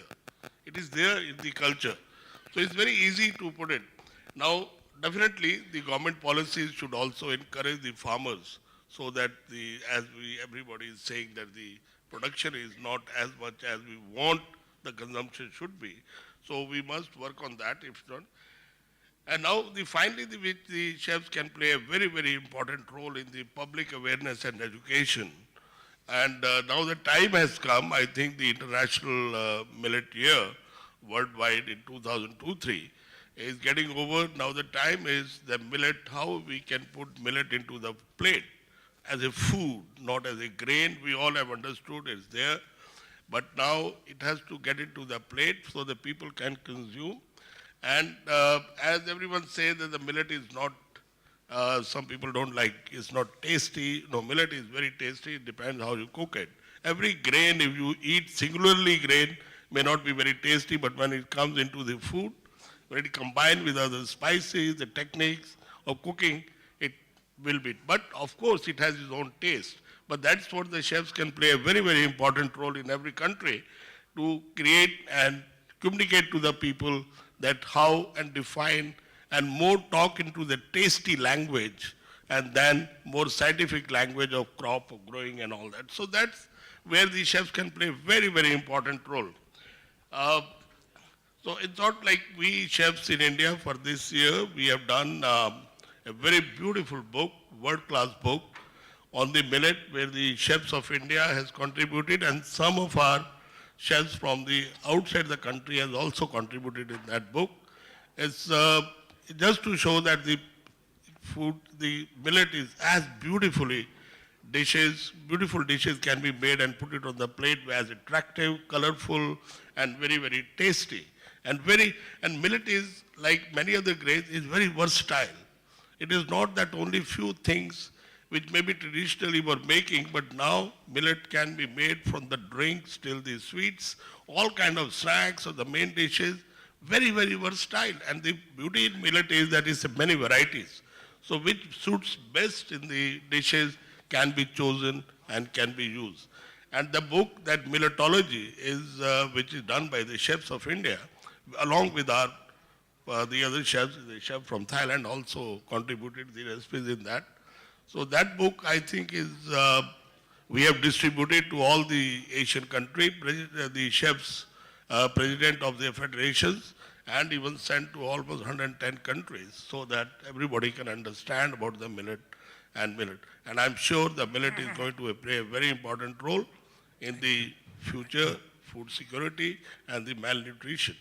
And I propose that in the Asian countries, we must have chefs conferences, a 1 day or 2 day conference where we can discuss millet and we can demonstrate our own cuisines to other people also and understand the millet much better so that we can put plate in the food into the plate for the consumer to consume and have the goodness of the millet. Thank you.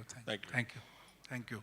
So, well, as he rightly said, that chefs can play a very important role in increasing awareness through TV, social media programs, and also with their experiments. And the idea to have a conference of chefs is a good idea, and I think our ASEAN Secretariat can take it and take it forward. Well, we come towards the end of this session. So, to sum up, Ms. Kanchana rightly said that ASEAN has a framework, institutional framework for meetings at the level of ministers, then officials, and also working groups. So I think now this is going to be a regular discussion point in the ASEAN countries and whenever the forum organizes the meetings. So our friend from the private sector, from the Thai Chamber of Commerce, she has rightly pointed out the role which the private sector business they can play in promoting the millets in the respective countries. And Akshay Patra Foundation, they have more than 2 million meals they make. And then importance of serving the hot cooked meal basically addresses the challenge which we jointly face, that is malnutrition and hunger.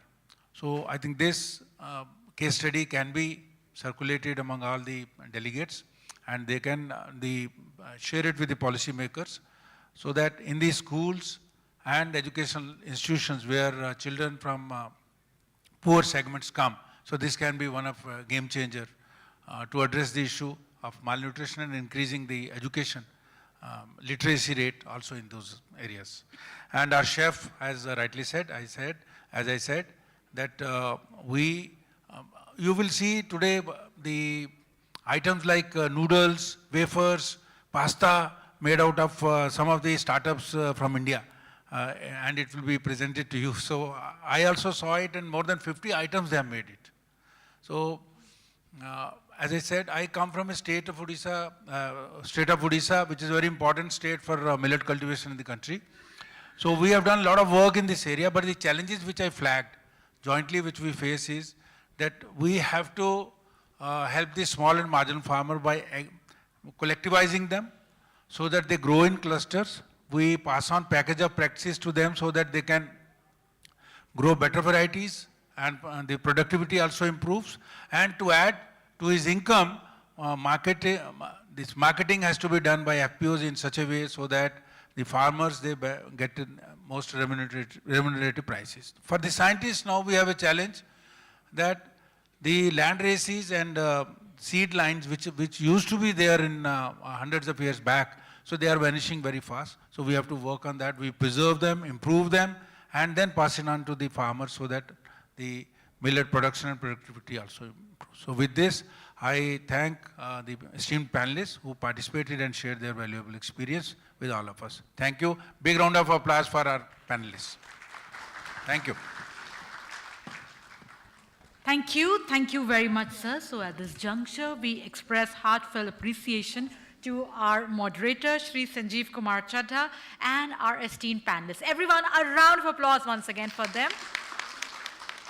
Thank you. Once again, Sanjeev sir, all esteemed panelists, thank you so much for your very invaluable contributions. Now, as a token of gratitude, we are delighted to present them with Milletology, a very important book featuring on world-class millet cuisine. So let's get to know more about it. And we are very thankful to Chef Manjeet Gill sir for this very important book, Milletology. And yes, indeed, this book shall be of great use for taking the millet's journey forward. So thank you, sir. Thank you, everyone. And indeed, thank you. The applause can be repeated again, everyone. Thank you so much. Many thanks for those important insights, which indeed sets the parameters for our next important panel discussion. And yes, let's have a group photograph too.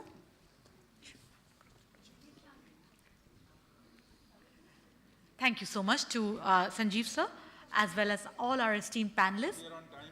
Yes, sir.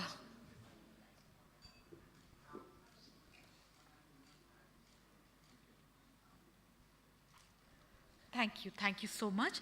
And yes, with this we meet outside for a refreshing as well as networking tea break, inviting all our delegates, esteemed participants to join us outside for a refreshing tea break. We resume the session in 10 minutes from now, wherein we have a very important panel discussion on history and culture of millets in Southeast Asia, to be moderated by Lily Pandya ji, Joint Secretary, Ministry of Culture. And we'll be delighted to have amongst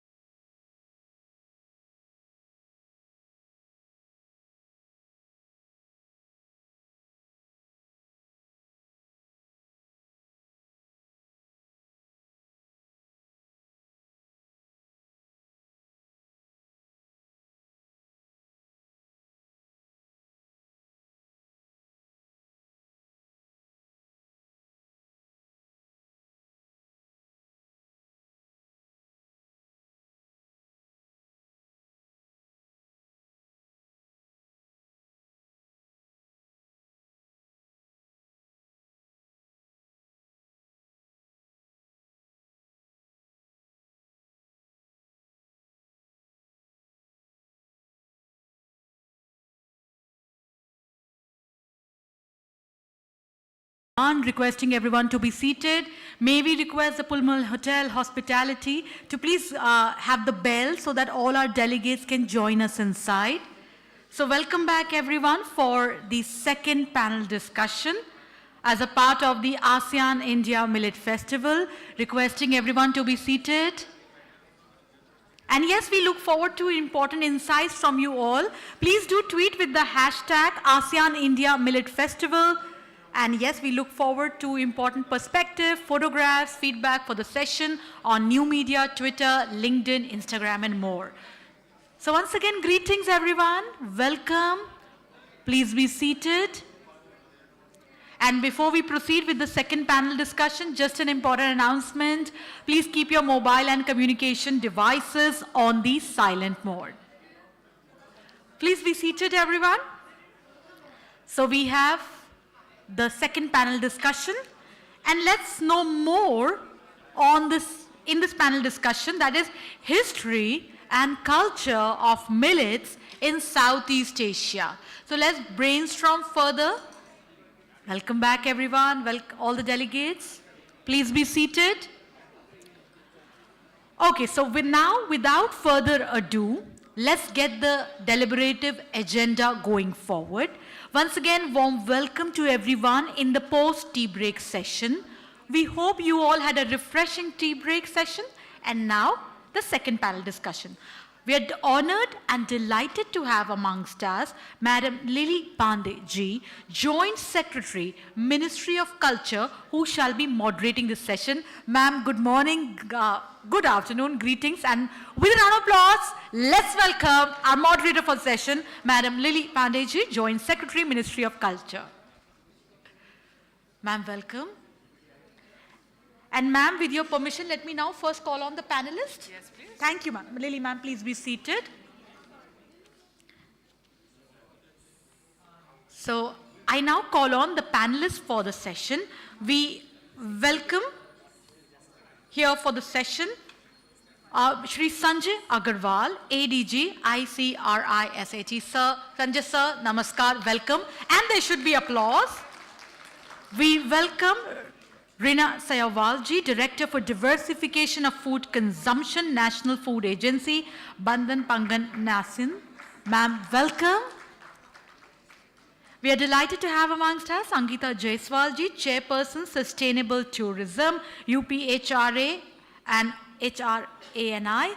Ankita ji, welcome. And yes, we are also delighted to have amongst us Chef Manisha Bhasin ji, Corporate Chef ITC Limited. Greetings, Chef Manisha, and welcome. And in this session, as we brainstorm into history and culture of millets in Southeast Asia, I would first request our moderator, Lily Pandey ji, Joint Secretary, Ministry of Culture. Ma'am, please set the context in order to understand and comprehend the topic forward. And of course, then Lily ma'am will be brainstorming with us with important questions for the panelists. Lily ma'am, I invite you for the context setting. Ma'am, Lily ma'am, please. So everyone, welcome back, and let's have a round of applause to hand it over to our moderator, Lily Pandey ma'am. Over to you, ma'am.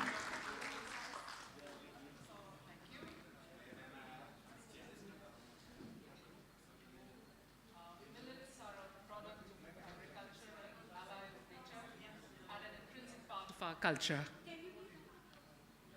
Shall I restart? Okay. So millets are a product of agriculture, an ally of nature, and an intrinsic part of our culture. Ladies and gentlemen, friends and colleagues, namaste and many greetings to you. Throughout history, numerous rituals and practices have become intertwined with millet cultivation, and our culture has significantly contributed to the shaping, safeguarding, and continuity of millets through these living traditions. In the context of our theme today, millets represent a living heritage, going beyond their nutritional and agricultural significance, serving as a tangible manifestation of our shared history and identities. The Culture Working Group under India's G20 presidency, since I represent the Ministry of Culture here, was predicated on the idea of culture for life, lifestyle for environment, promoting an environmentally conscious lifestyle as a campaign for sustainable living, for a cleaner, greener, and a bluer future for all. And one of the 4 key priorities of India's Culture Working Group was harnessing living heritage for a sustainable future, and it focused exclusively on the role of living heritage in sustaining individuals, communities, and societies for centuries in harmony with nature. Rooted in environmental stewardship, the traditional practices, expressions, and knowledge systems offer us time-tested tools to confront and tackle numerous contemporary challenges like climate change, biodiversity loss, food security, and integrating these ancient grains, millets, into contemporary discussions reinforces their relevance in addressing the broader challenges that we face today, echoing the commitment of India to harness living heritage for a sustainable and harmonious future. Millets were also an integral part of all the G20 meetings, and as the delegates were presented with a true millet experience through tasting, meeting the farmers, and interactive sessions with the FPOs. Now, spearheaded by our Honorable Prime Minister, the Government of India sponsored the proposal for celebrating 2023 as the International Year of Millets. It was accepted by the United Nations General Assembly in 21, envisioning International Year of Millets 23 as a people's movement alongside positioning India as the global hub for millets.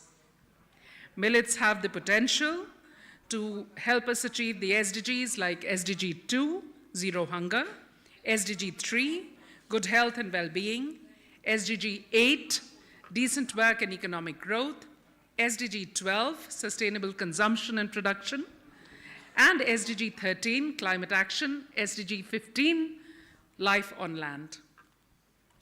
Millets, as we know, is grown in more than 130 countries at present, and they are considered the traditional food for more than 500 million people across Asia and Africa. The global market is projected to register a compound annual growth rate of 4.5% during the forecast period 2021 to 26. Now, this was a bit of a global context. In the historical context, especially for India, millets are ingrained in the cultural ethos of our country. They were among the first food crops to be domesticated in India, with an evidence of its consumption dating back to the earliest known civilizations. Millets also find a mention in texts like the Rig Veda, the Yajur Veda, Atharva Veda, as well as Ayurvedic texts as Kudhanya and Trindhanya. In Sanskrit, millets have been referred to as Bhavaja, Priyaguka, Rajika, etc., and this confirms their ancient cultivation. In South India, ragi is used to make dosas, idlis, and porridges. Bajra is commonly used in the Rajasthani cuisine. Jawar is used to prepare bhakris in Maharashtra and Gujarat. In Madhya Pradesh, the cultural significance of millets extends to wedding ceremonies, where madiya, that is ragi, is mixed with turmeric and is applied to the bride and groom. Millet seeds are employed to ward off malevolent spirits in tribal communities, exemplified by the Pahari Korwa tribe of Chhattisgarh, who hang millet stalks in their courtyards to ensure prosperous hunting and abundant harvests. Well, the reason behind sharing these few examples is to emphasize the profound connection between such living cultural practices and millet cultivation, a connection that is deeply rooted and it is referenced in our ancient texts. It is sustained through generations. For centuries, millets have provided food and nutritional security to populations in disadvantaged geographical regions. In India, millets are primarily a kharif crop, requiring less water and agricultural inputs than other similar staples, and they have a mammoth potential to generate livelihoods, increase farmers' income, and ensure food and nutritional security globally. It is recognizing this enormous potential that the Government of India rebranded millets as Nutri-Cereals for their unique nutritional properties like high fiber, quality protein, and mineral composition. And respecting the sentiment of the people, the Prime Minister said, and I quote, "The millets will be known as Shri Anna across the country." Shri Anna means the best among all food grains. Well, oldest known foods to humans, millets experienced a decline in importance and cultivation due to large-scale farming of rice and wheat prompted by urbanization and industrialization. However, the fact that we are here today discussing on the significance of millets only speaks to its growing importance and recognition of that importance.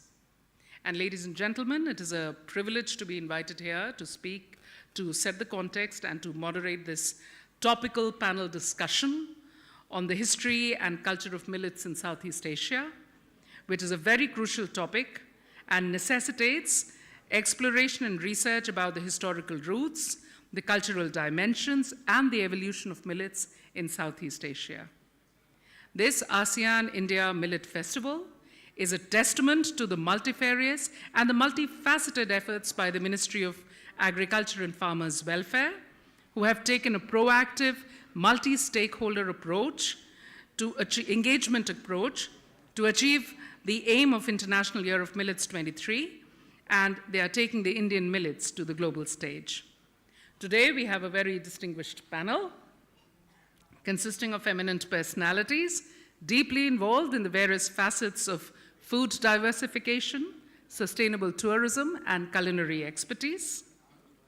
On the panel are Sri Sanjay Agarwal, Assistant Director General, International Crop Research Institute for the Semi-Arid Tropics, Ms. Rina Syawal, the Director of Diversification of Food Consumption at the National Food Agency, Indonesia, Ms. Ankita Jaiswal, the Chairperson of Sustainable Tourism at Union of Pan-Asian Hospitality and Restaurant Associations and Hotel and Restaurant Association of Northern India, and Chef Manisha Bhasin, the Corporate Chef at ITC Limited, renowned for her culinary finesse and innovation.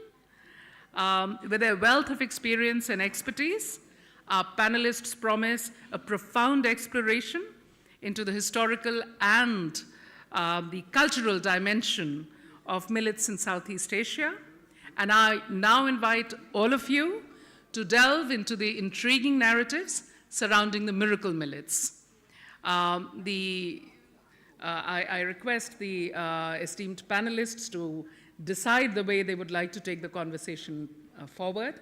But as a moderator, I offer you the possibility of letting me give you some leading questions, and so that you can address those questions in your address, which you can give by coming here to the podium or while being seated.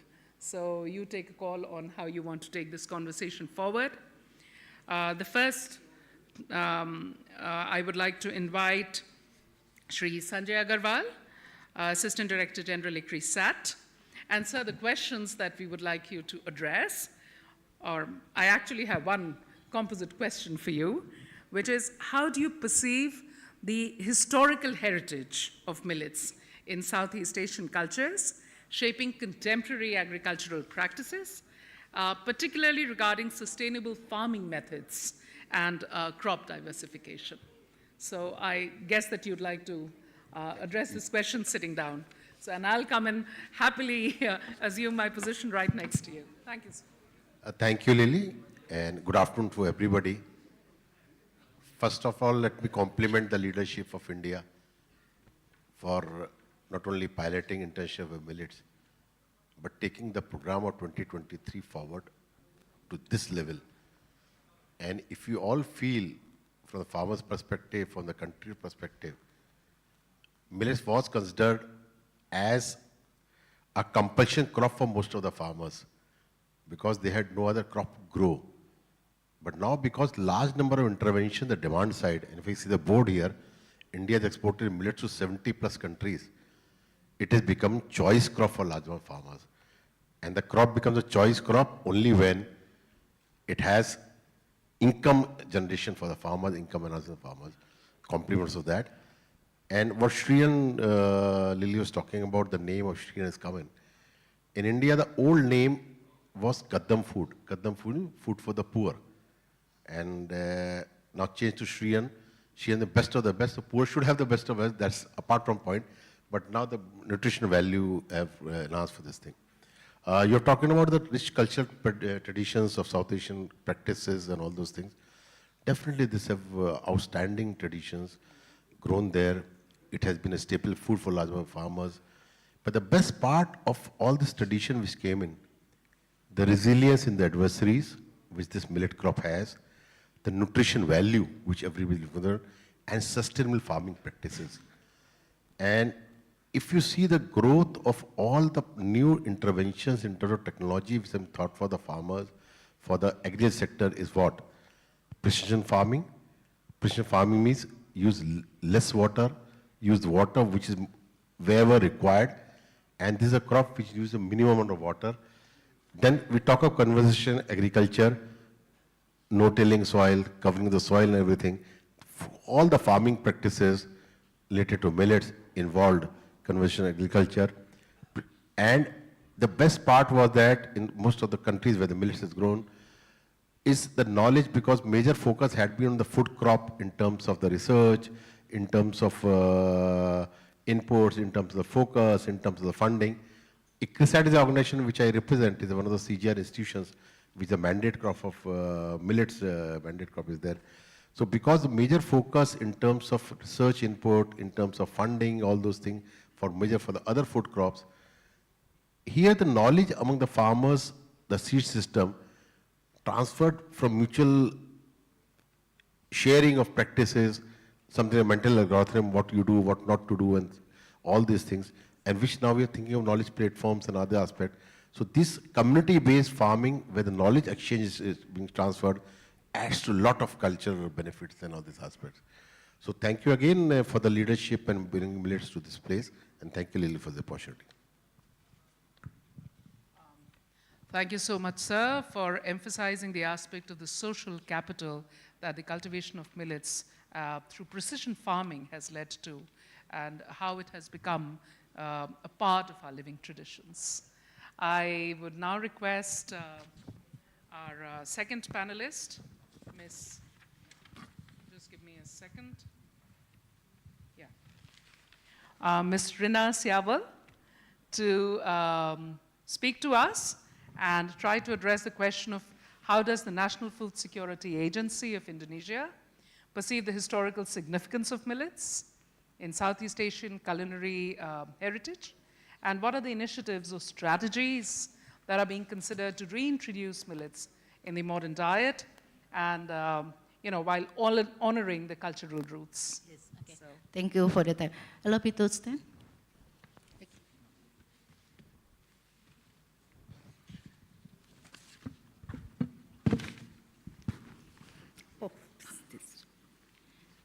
Thank you for the times. Good afternoon, ladies and gentlemen. First of all, I would like to say thank you for inviting us from Indonesia to attend the ASEAN-India Millet Festival. This is the second time to Indonesia join with this festival. As you know that last month in Indonesia, in Jakarta, also we conducted ASEAN-India Millet Festival. That's a very success event. Ladies and gentlemen, I would like to inform you about millet in Indonesia. I have presentation, maybe for more than 5 minutes. Okay, no problems.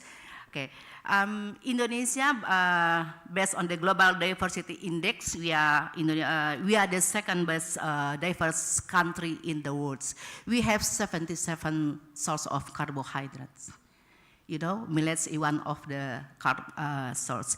But mostly people in Indonesia eat rice. Many people don't know about millet. So we are very welcome when India take us to collaboration to conduct the Millet Festival. We are very happy to welcome. So far in Indonesia, based on the report, we have identified there are 4 millets in Indonesia. There are 4 types of millet in Indonesia, foxtail millets. We found in Java Islands, Sulawesi, and Maluku. But in Indonesia, we call hotong. And then barnyards millet we found in Sumbawa, Sulawesi, finger millet in Sumatra, Java, and poso millets Flores and sorghum in Nusa Tenggara. You know that in Indonesia, staple food is now more than 90% people eat rice. So millet is something new in Indonesia. But the government want to try introduce millet for the people and also want to promote and encourage people to consume millet as alternative of staple foods and also for snack and others processing food from millets. Some strategies and policies in millet utilization, the government of Indonesia doing is research and development of technology and innovation to meet millet utilization. And then millet, we also ask the hotel and restaurant to provide menu from the millets, and also for the tourism sector.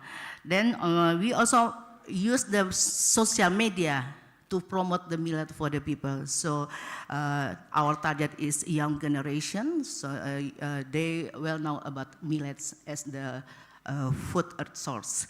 And then also we advocate the community. We involve the community leaders, not only formal leaders, religious figures and cultural figures and role models to support millet utilizations. And then the last strategies is the government planning strategies and policies in millet utilization. We develop and issue regulation about food diversification based on the local resources, and promotion, education, socialization, and campaign to encourage millet consumption as alternative of carbohydrates resource, and also encourage and develop food industry to use millet as a raw material to products. Yeah. And then also, in the past, actually our ancestors has known millet, because we found our culinary and cuisine in Indonesia with ingredients millets. As you can see on the screen, the sample of example for our cuisine from Indonesia. Actually, we already use millet in our cuisine, yeah, in Indonesia, but we still less than India. India strong communication to the people to promote millet as food in India. Then also back to the preview. Yes, you can see on the screen that we have hanjeli. That's in English we call adlai millet porridge from the millets. Usually people used to rice to make the porridge, but now some of the chef and also culinary try to make from millets. Yeah, and also millet porridge, chips, nasi goreng, fried rice, and also chicken porridge. That's the culinary and cuisine Indonesia based on the millets. The last presentation? Yes, this is the picture what we have conducted Millet Festival in Jakarta last month. This exhibitor from Indonesia is they also saw the many products from the millets in Indonesia. Okay, I think that's all from Indonesia. Thank you. Good afternoon. Thank you so much, Ms. Eyal, for telling us, acquainting us with the different measures that Indonesia is taking to popularize millets. It speaks to the popularity of the grain itself and also to the interest that your government has taken to spread the message about the magic, the miraculous food that millets are. So thank you so much for bringing us up to speed with all of those. I now invite Ms. Ankita Jaiswal to address us. And Ankita ji, I would like to ask you to talk about the historical significance of millets in the Southeast Asian cultures, especially in terms of sustainability and empowerment. And I have also come to know that you've played a very important part in preserving traditional art forms. So would you also like to acquaint us with how have millets been represented in contemporary art or in traditional crafts, and what is the role that they have played in promoting these arts and craft traditions? So please take the stage, floor. Hello. Firstly, good afternoon, respected dignitaries and everybody sitting here.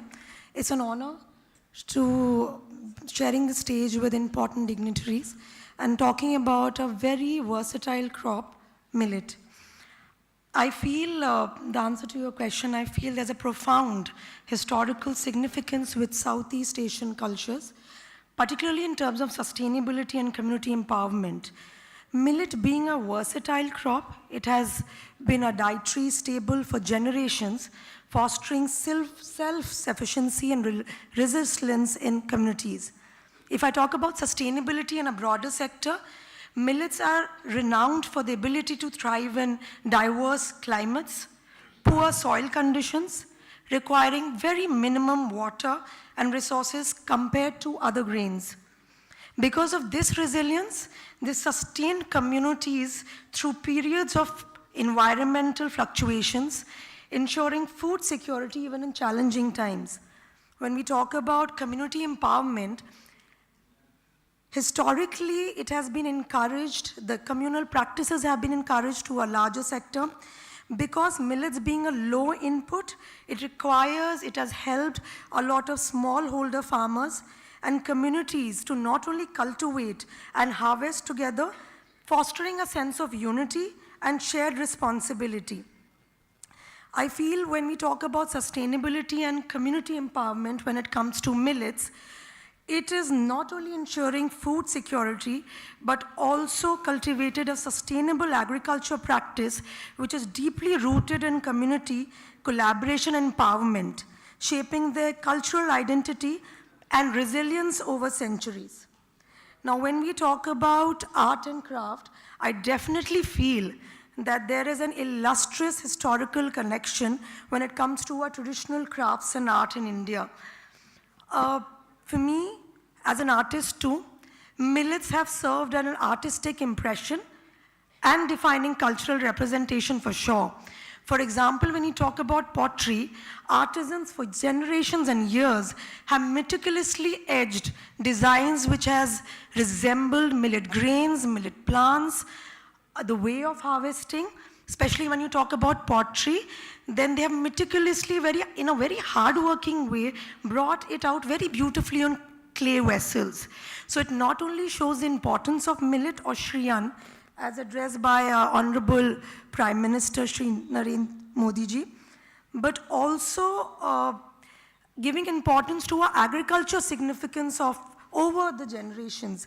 Secondly, when we talk about weaving and textiles, millets have played an important role when in fabrics you see a lot of detailed and vibrant representation of symbols of millets, grains, their sewing. Similarly, when we come to paintings and artworks, various cultural or folk paintings such as Madhubani, Varli, all these have those vibrant paintings and colorful paintings that not only offer preserving those harvesting season with women and men collectively sowing, tending and harvesting it. Then if we talk about woodwork or sculptures, it's taken, remarkable work have been done by different craftsmen over a period of generations, bringing out not only the significance but the cultural ethos that people had over generations. You know, when we talk about today, we live in a world of refined diet, which is sadly cutting down a lot of nutritional value from our health, and that's one of the reasons we are talking about it today. But when I talk about its sustainability and communal empowerment and community, this is what is needed today. And when we talk about crafts, the way millets or Shriyan has been depicted in our crafts, it honor our cultural way of living, which has been deeply rooted for centuries. In the end, when we also talk about paintings, artworks, sculptures, everywhere, whether it's pottery, sculptures, artworks, they have all honored our cultural significance of these grains in India, and they have also served as visual narratives, preserving and celebrating the heritage and sustenance deriving from millets across generations. So for me, millet, when it comes to traditional craft, is just not decorative. It's a reflection of deeply rooted cultures and agriculture significance of these grains in our country. In the end, I would just say there's a saying in Sanskrit which says, Ahara Shuddhi, which means pure food helps in cleaning our body, mind and soul. And that's exactly what millets does for all of us. Thank you. Thank you so much, Ankita ji. Well, art definitely mirrors life, and you have given us so many dimensions of millets in, and their representation in arts and crafts. So I recommend to Madam here that we may have another seminar very soon on role of millets in creative economy. And this brings me to our last speaker of the day, which is Chef Manisha Bhasin. Very honored to meet you, ma'am. And as a trailblazer for women in the culinary industry, perhaps you could tell us about, what strategies and approaches would you recommend to other colleagues of yours in the culinary world, culinary professionals, to embrace the millets in their endeavors and also, giving significance to the heritage aspect of millets. Thank you for inviting me to this esteemed panel. Millets have always been part of our food culinary culture. Having said so, when the challenge came to create a millet-based menu for G20, like you earlier mentioned, we said we had to cater to 42 heads of state, and we had to make it very global. The plates had to be very global, yet it had to have millet element in that. That was very clear. So, of course, me and my team of chefs at ITC Hotels got into it, and we created a very unique global menu where the millet was definitely there, but it was very subtle. It was there for people to taste it, get the nutritional value out of it, yet it was not on your face. I think that's the way forward for the community, for the chefs in India and the world. If you were to take just millet as a millet and try to push it down to the diners, it may not click. I feel that you need to look at it from a very advanced perspective. You need to look at it as a very inventive plate and then add millet. If I was to, I'm talking about back home, if I give my children millet, if I was to make a bajre ki roti, they may not take it. But if I was to make a risotto out of bajra or pearl millet, they would not even know, and I won't tell them that it has a pearl millet. I won't tell them, because if I tell them, there'll be a reaction. So subtly, you just add to your diet and incorporate it, and you see it gaining momentum. And I think as a chef, it's very important for us to innovate and not cling on to old recipes. Definitely they are there as a roadmap, and definitely continue to nourish and harbor them, but at the same time keep inventing as well. Otherwise, we will not be able to connect to the younger generation. That is the way forward. You have to think global for millet to be accepted across the world. Millet is in 140 countries, but how many of them actually put it on their plate in a very robust way? I don't think that is happening. So as a chef's community, that is important for us to develop a recipe bank for everybody to refer to. Another challenge that comes whenever I meet people, that how to deal with millet. Everybody thinks that the millet has to be 100% in your food. It need not be. Even FSSAI, the food safety standards, mandates that you can have 25% of millet element in your foods. So if you were to make roti at home, or if you were to make pasta, you can just do 25% and gradually increase the percentage for your stomach to adjust to it, for you to understand how to handle it. That is very important. If I was to just beat about that 100% millet roti, 100% millet risotto, it may not ring a bell. There's a very traditional food in Guntur. I was doing some research on the Guntur food. So what they do, they have rice and ragi. So they boil the rice, they fold in ragi powder, they cook it further. and it's a great accompaniment to any of the meat or chicken curries. So this is how you get the goodness of both. That is important. There's a very interesting story I came across when I was just doing some research for this session. There was one very old, it's a mythological story, of course, that there was a fight between ragi and rice. Who's better? So they both go fighting and they go to Lord Rama and they ask him. So he says, okay, I'm giving both of you go in exile, and whoever survives in 6 months is the winner. So guess who's the winner? It's ragi. The rice turns black and whatever happens, and the ragi comes back as a winner. So these are, of course, all stories. We don't have any reasons to prove it, but yet it's there, it exists there. So millet has always been part of our food culture. It's important to nourish it, continue with the older recipes, yet continue to be inventive as well. That's my message to the chefs, to the ladies, to the homemakers, and to everybody who loves to cook. So thank you so much for that intervention. Recipe bank. I'm sure you're in the process of preparing or writing it, and I'm sure all of us are looking forward to laying our hands on it. And you also spoke about something which is a very practical tip, that start with small portions. I mean, do not emphasize on 100% millet meal, which is going to be very difficult, not just for the kids, but even for adults.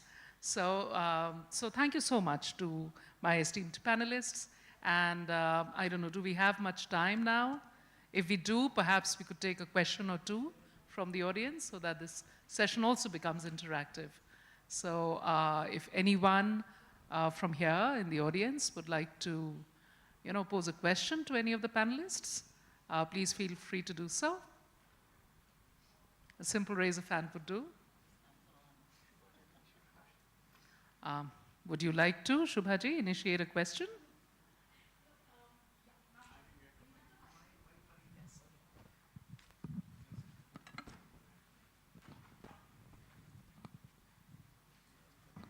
This is for Ms. Reena Sahwal. Everybody keeps asking me, the press was also asking me, you mentioned that millets are there in Indonesia, but then how to get it to the masses, and what is Indonesia doing or the other ASEAN nations doing? Yes, please. Feel free.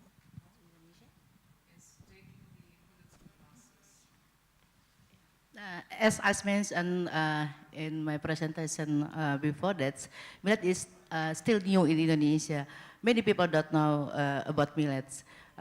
Even from food industry also still low using in raw material in millets in Indonesia. So that's why the government of Indonesia try to promote millet for the alternate of source of carbohydrates is the priority, but also some products from millets. And also we give recommendation for the hotel and restaurant to use the millet as to provide millets when maybe some even in hotel, restaurant, tourism introduce millet for the people, something like that.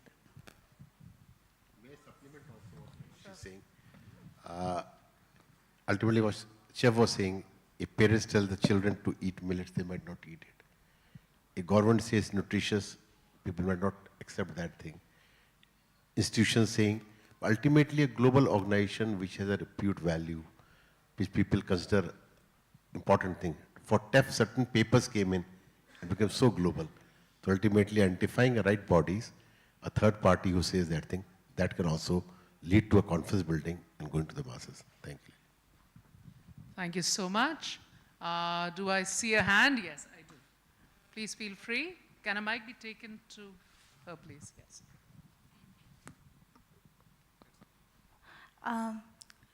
Good morning.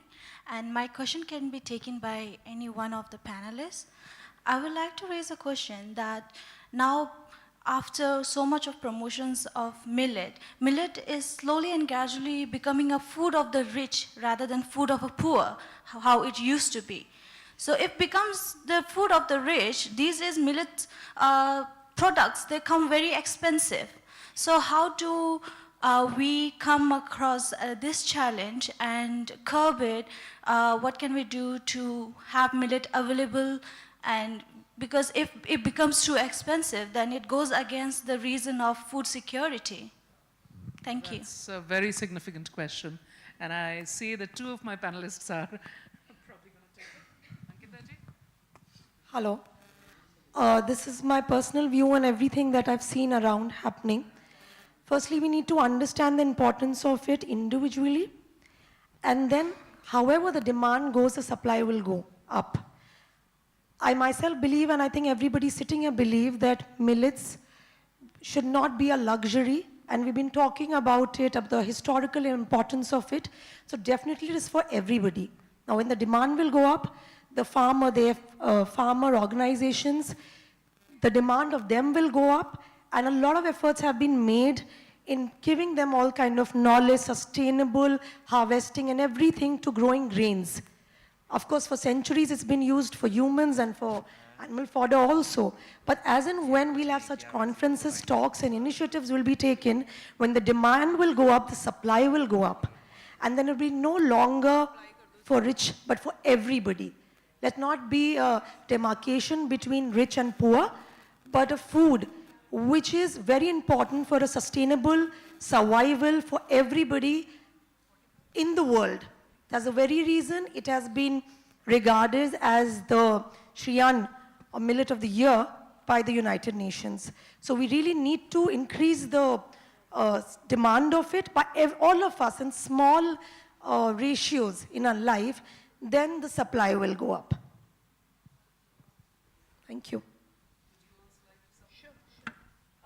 I think where the question was coming from was what happened to quinoa.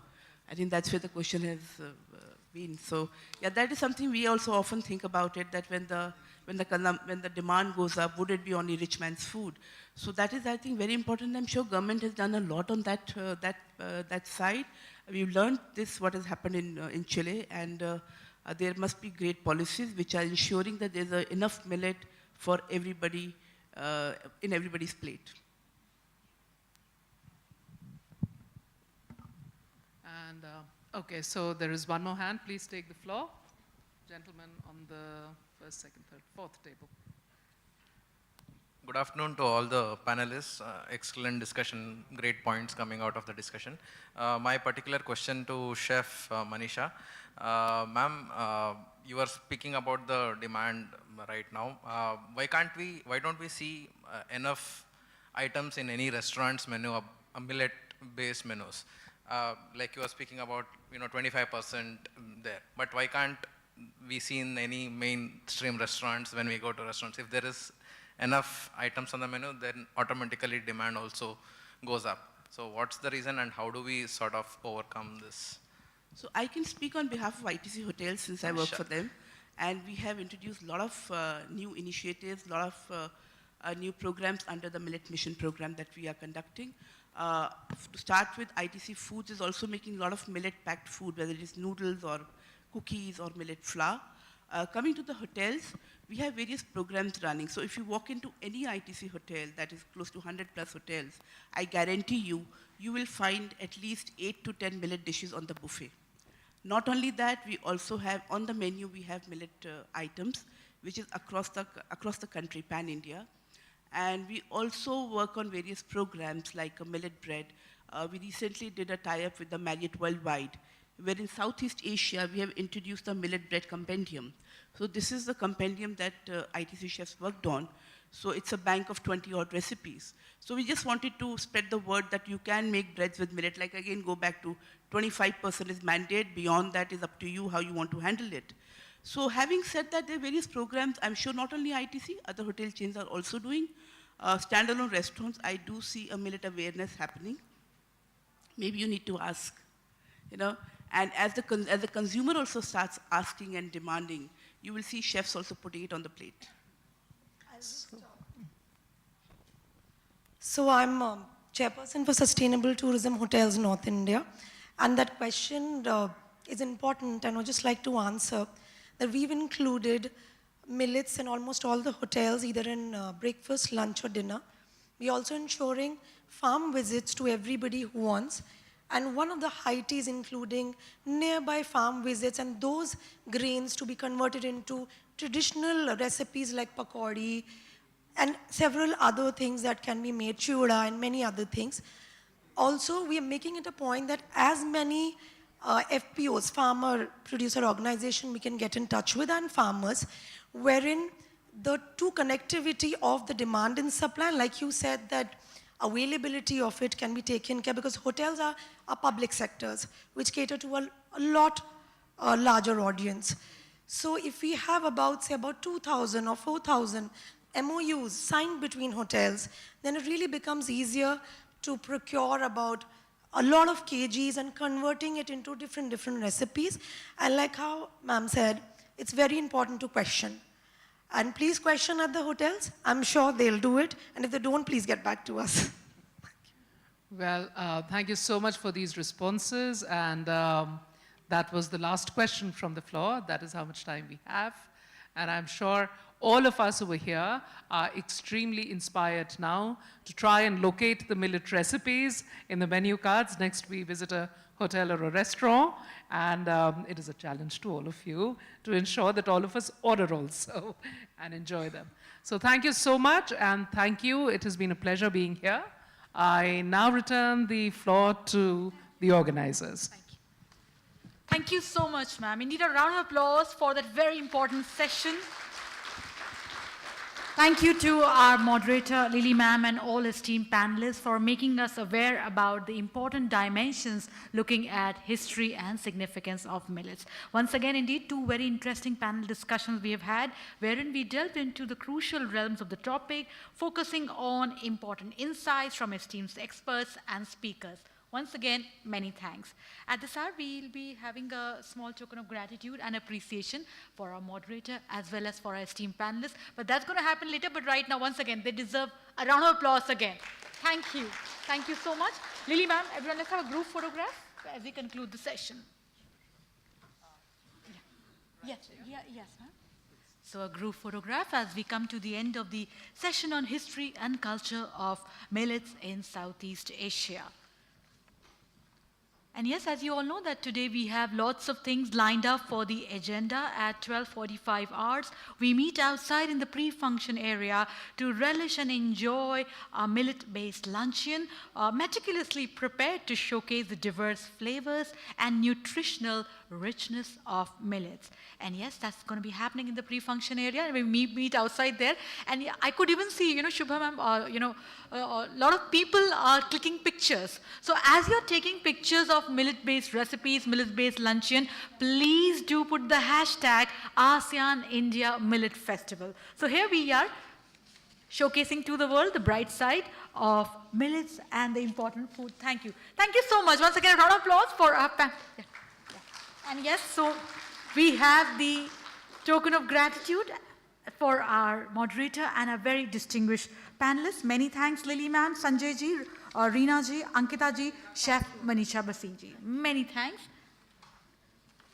And yes, today we have some very interesting things lined up. We meet outside in the pre-function area for millet-based luncheon, followed by that the exhibition. So 1:30 p.m. onwards, we'll be leaving for the Bridge, DLF Promenade and Ambience Mall, Vasant Kunj, New Delhi. And then we will be having the short tour of the exhibition area.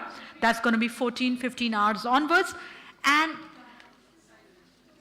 so Shiva ma'am, with your permission, we call it a close and we meet outside in the pre-function area. Thank you. Thank you, ma'am. So inviting everyone to join for a millet-based luncheon in the pre-function area. Followed by that, the exhibition at the Bridge, DLF Promenade and Ambience Mall. Thank you. Namaskar, everyone. Bahut bahut dhanyavad.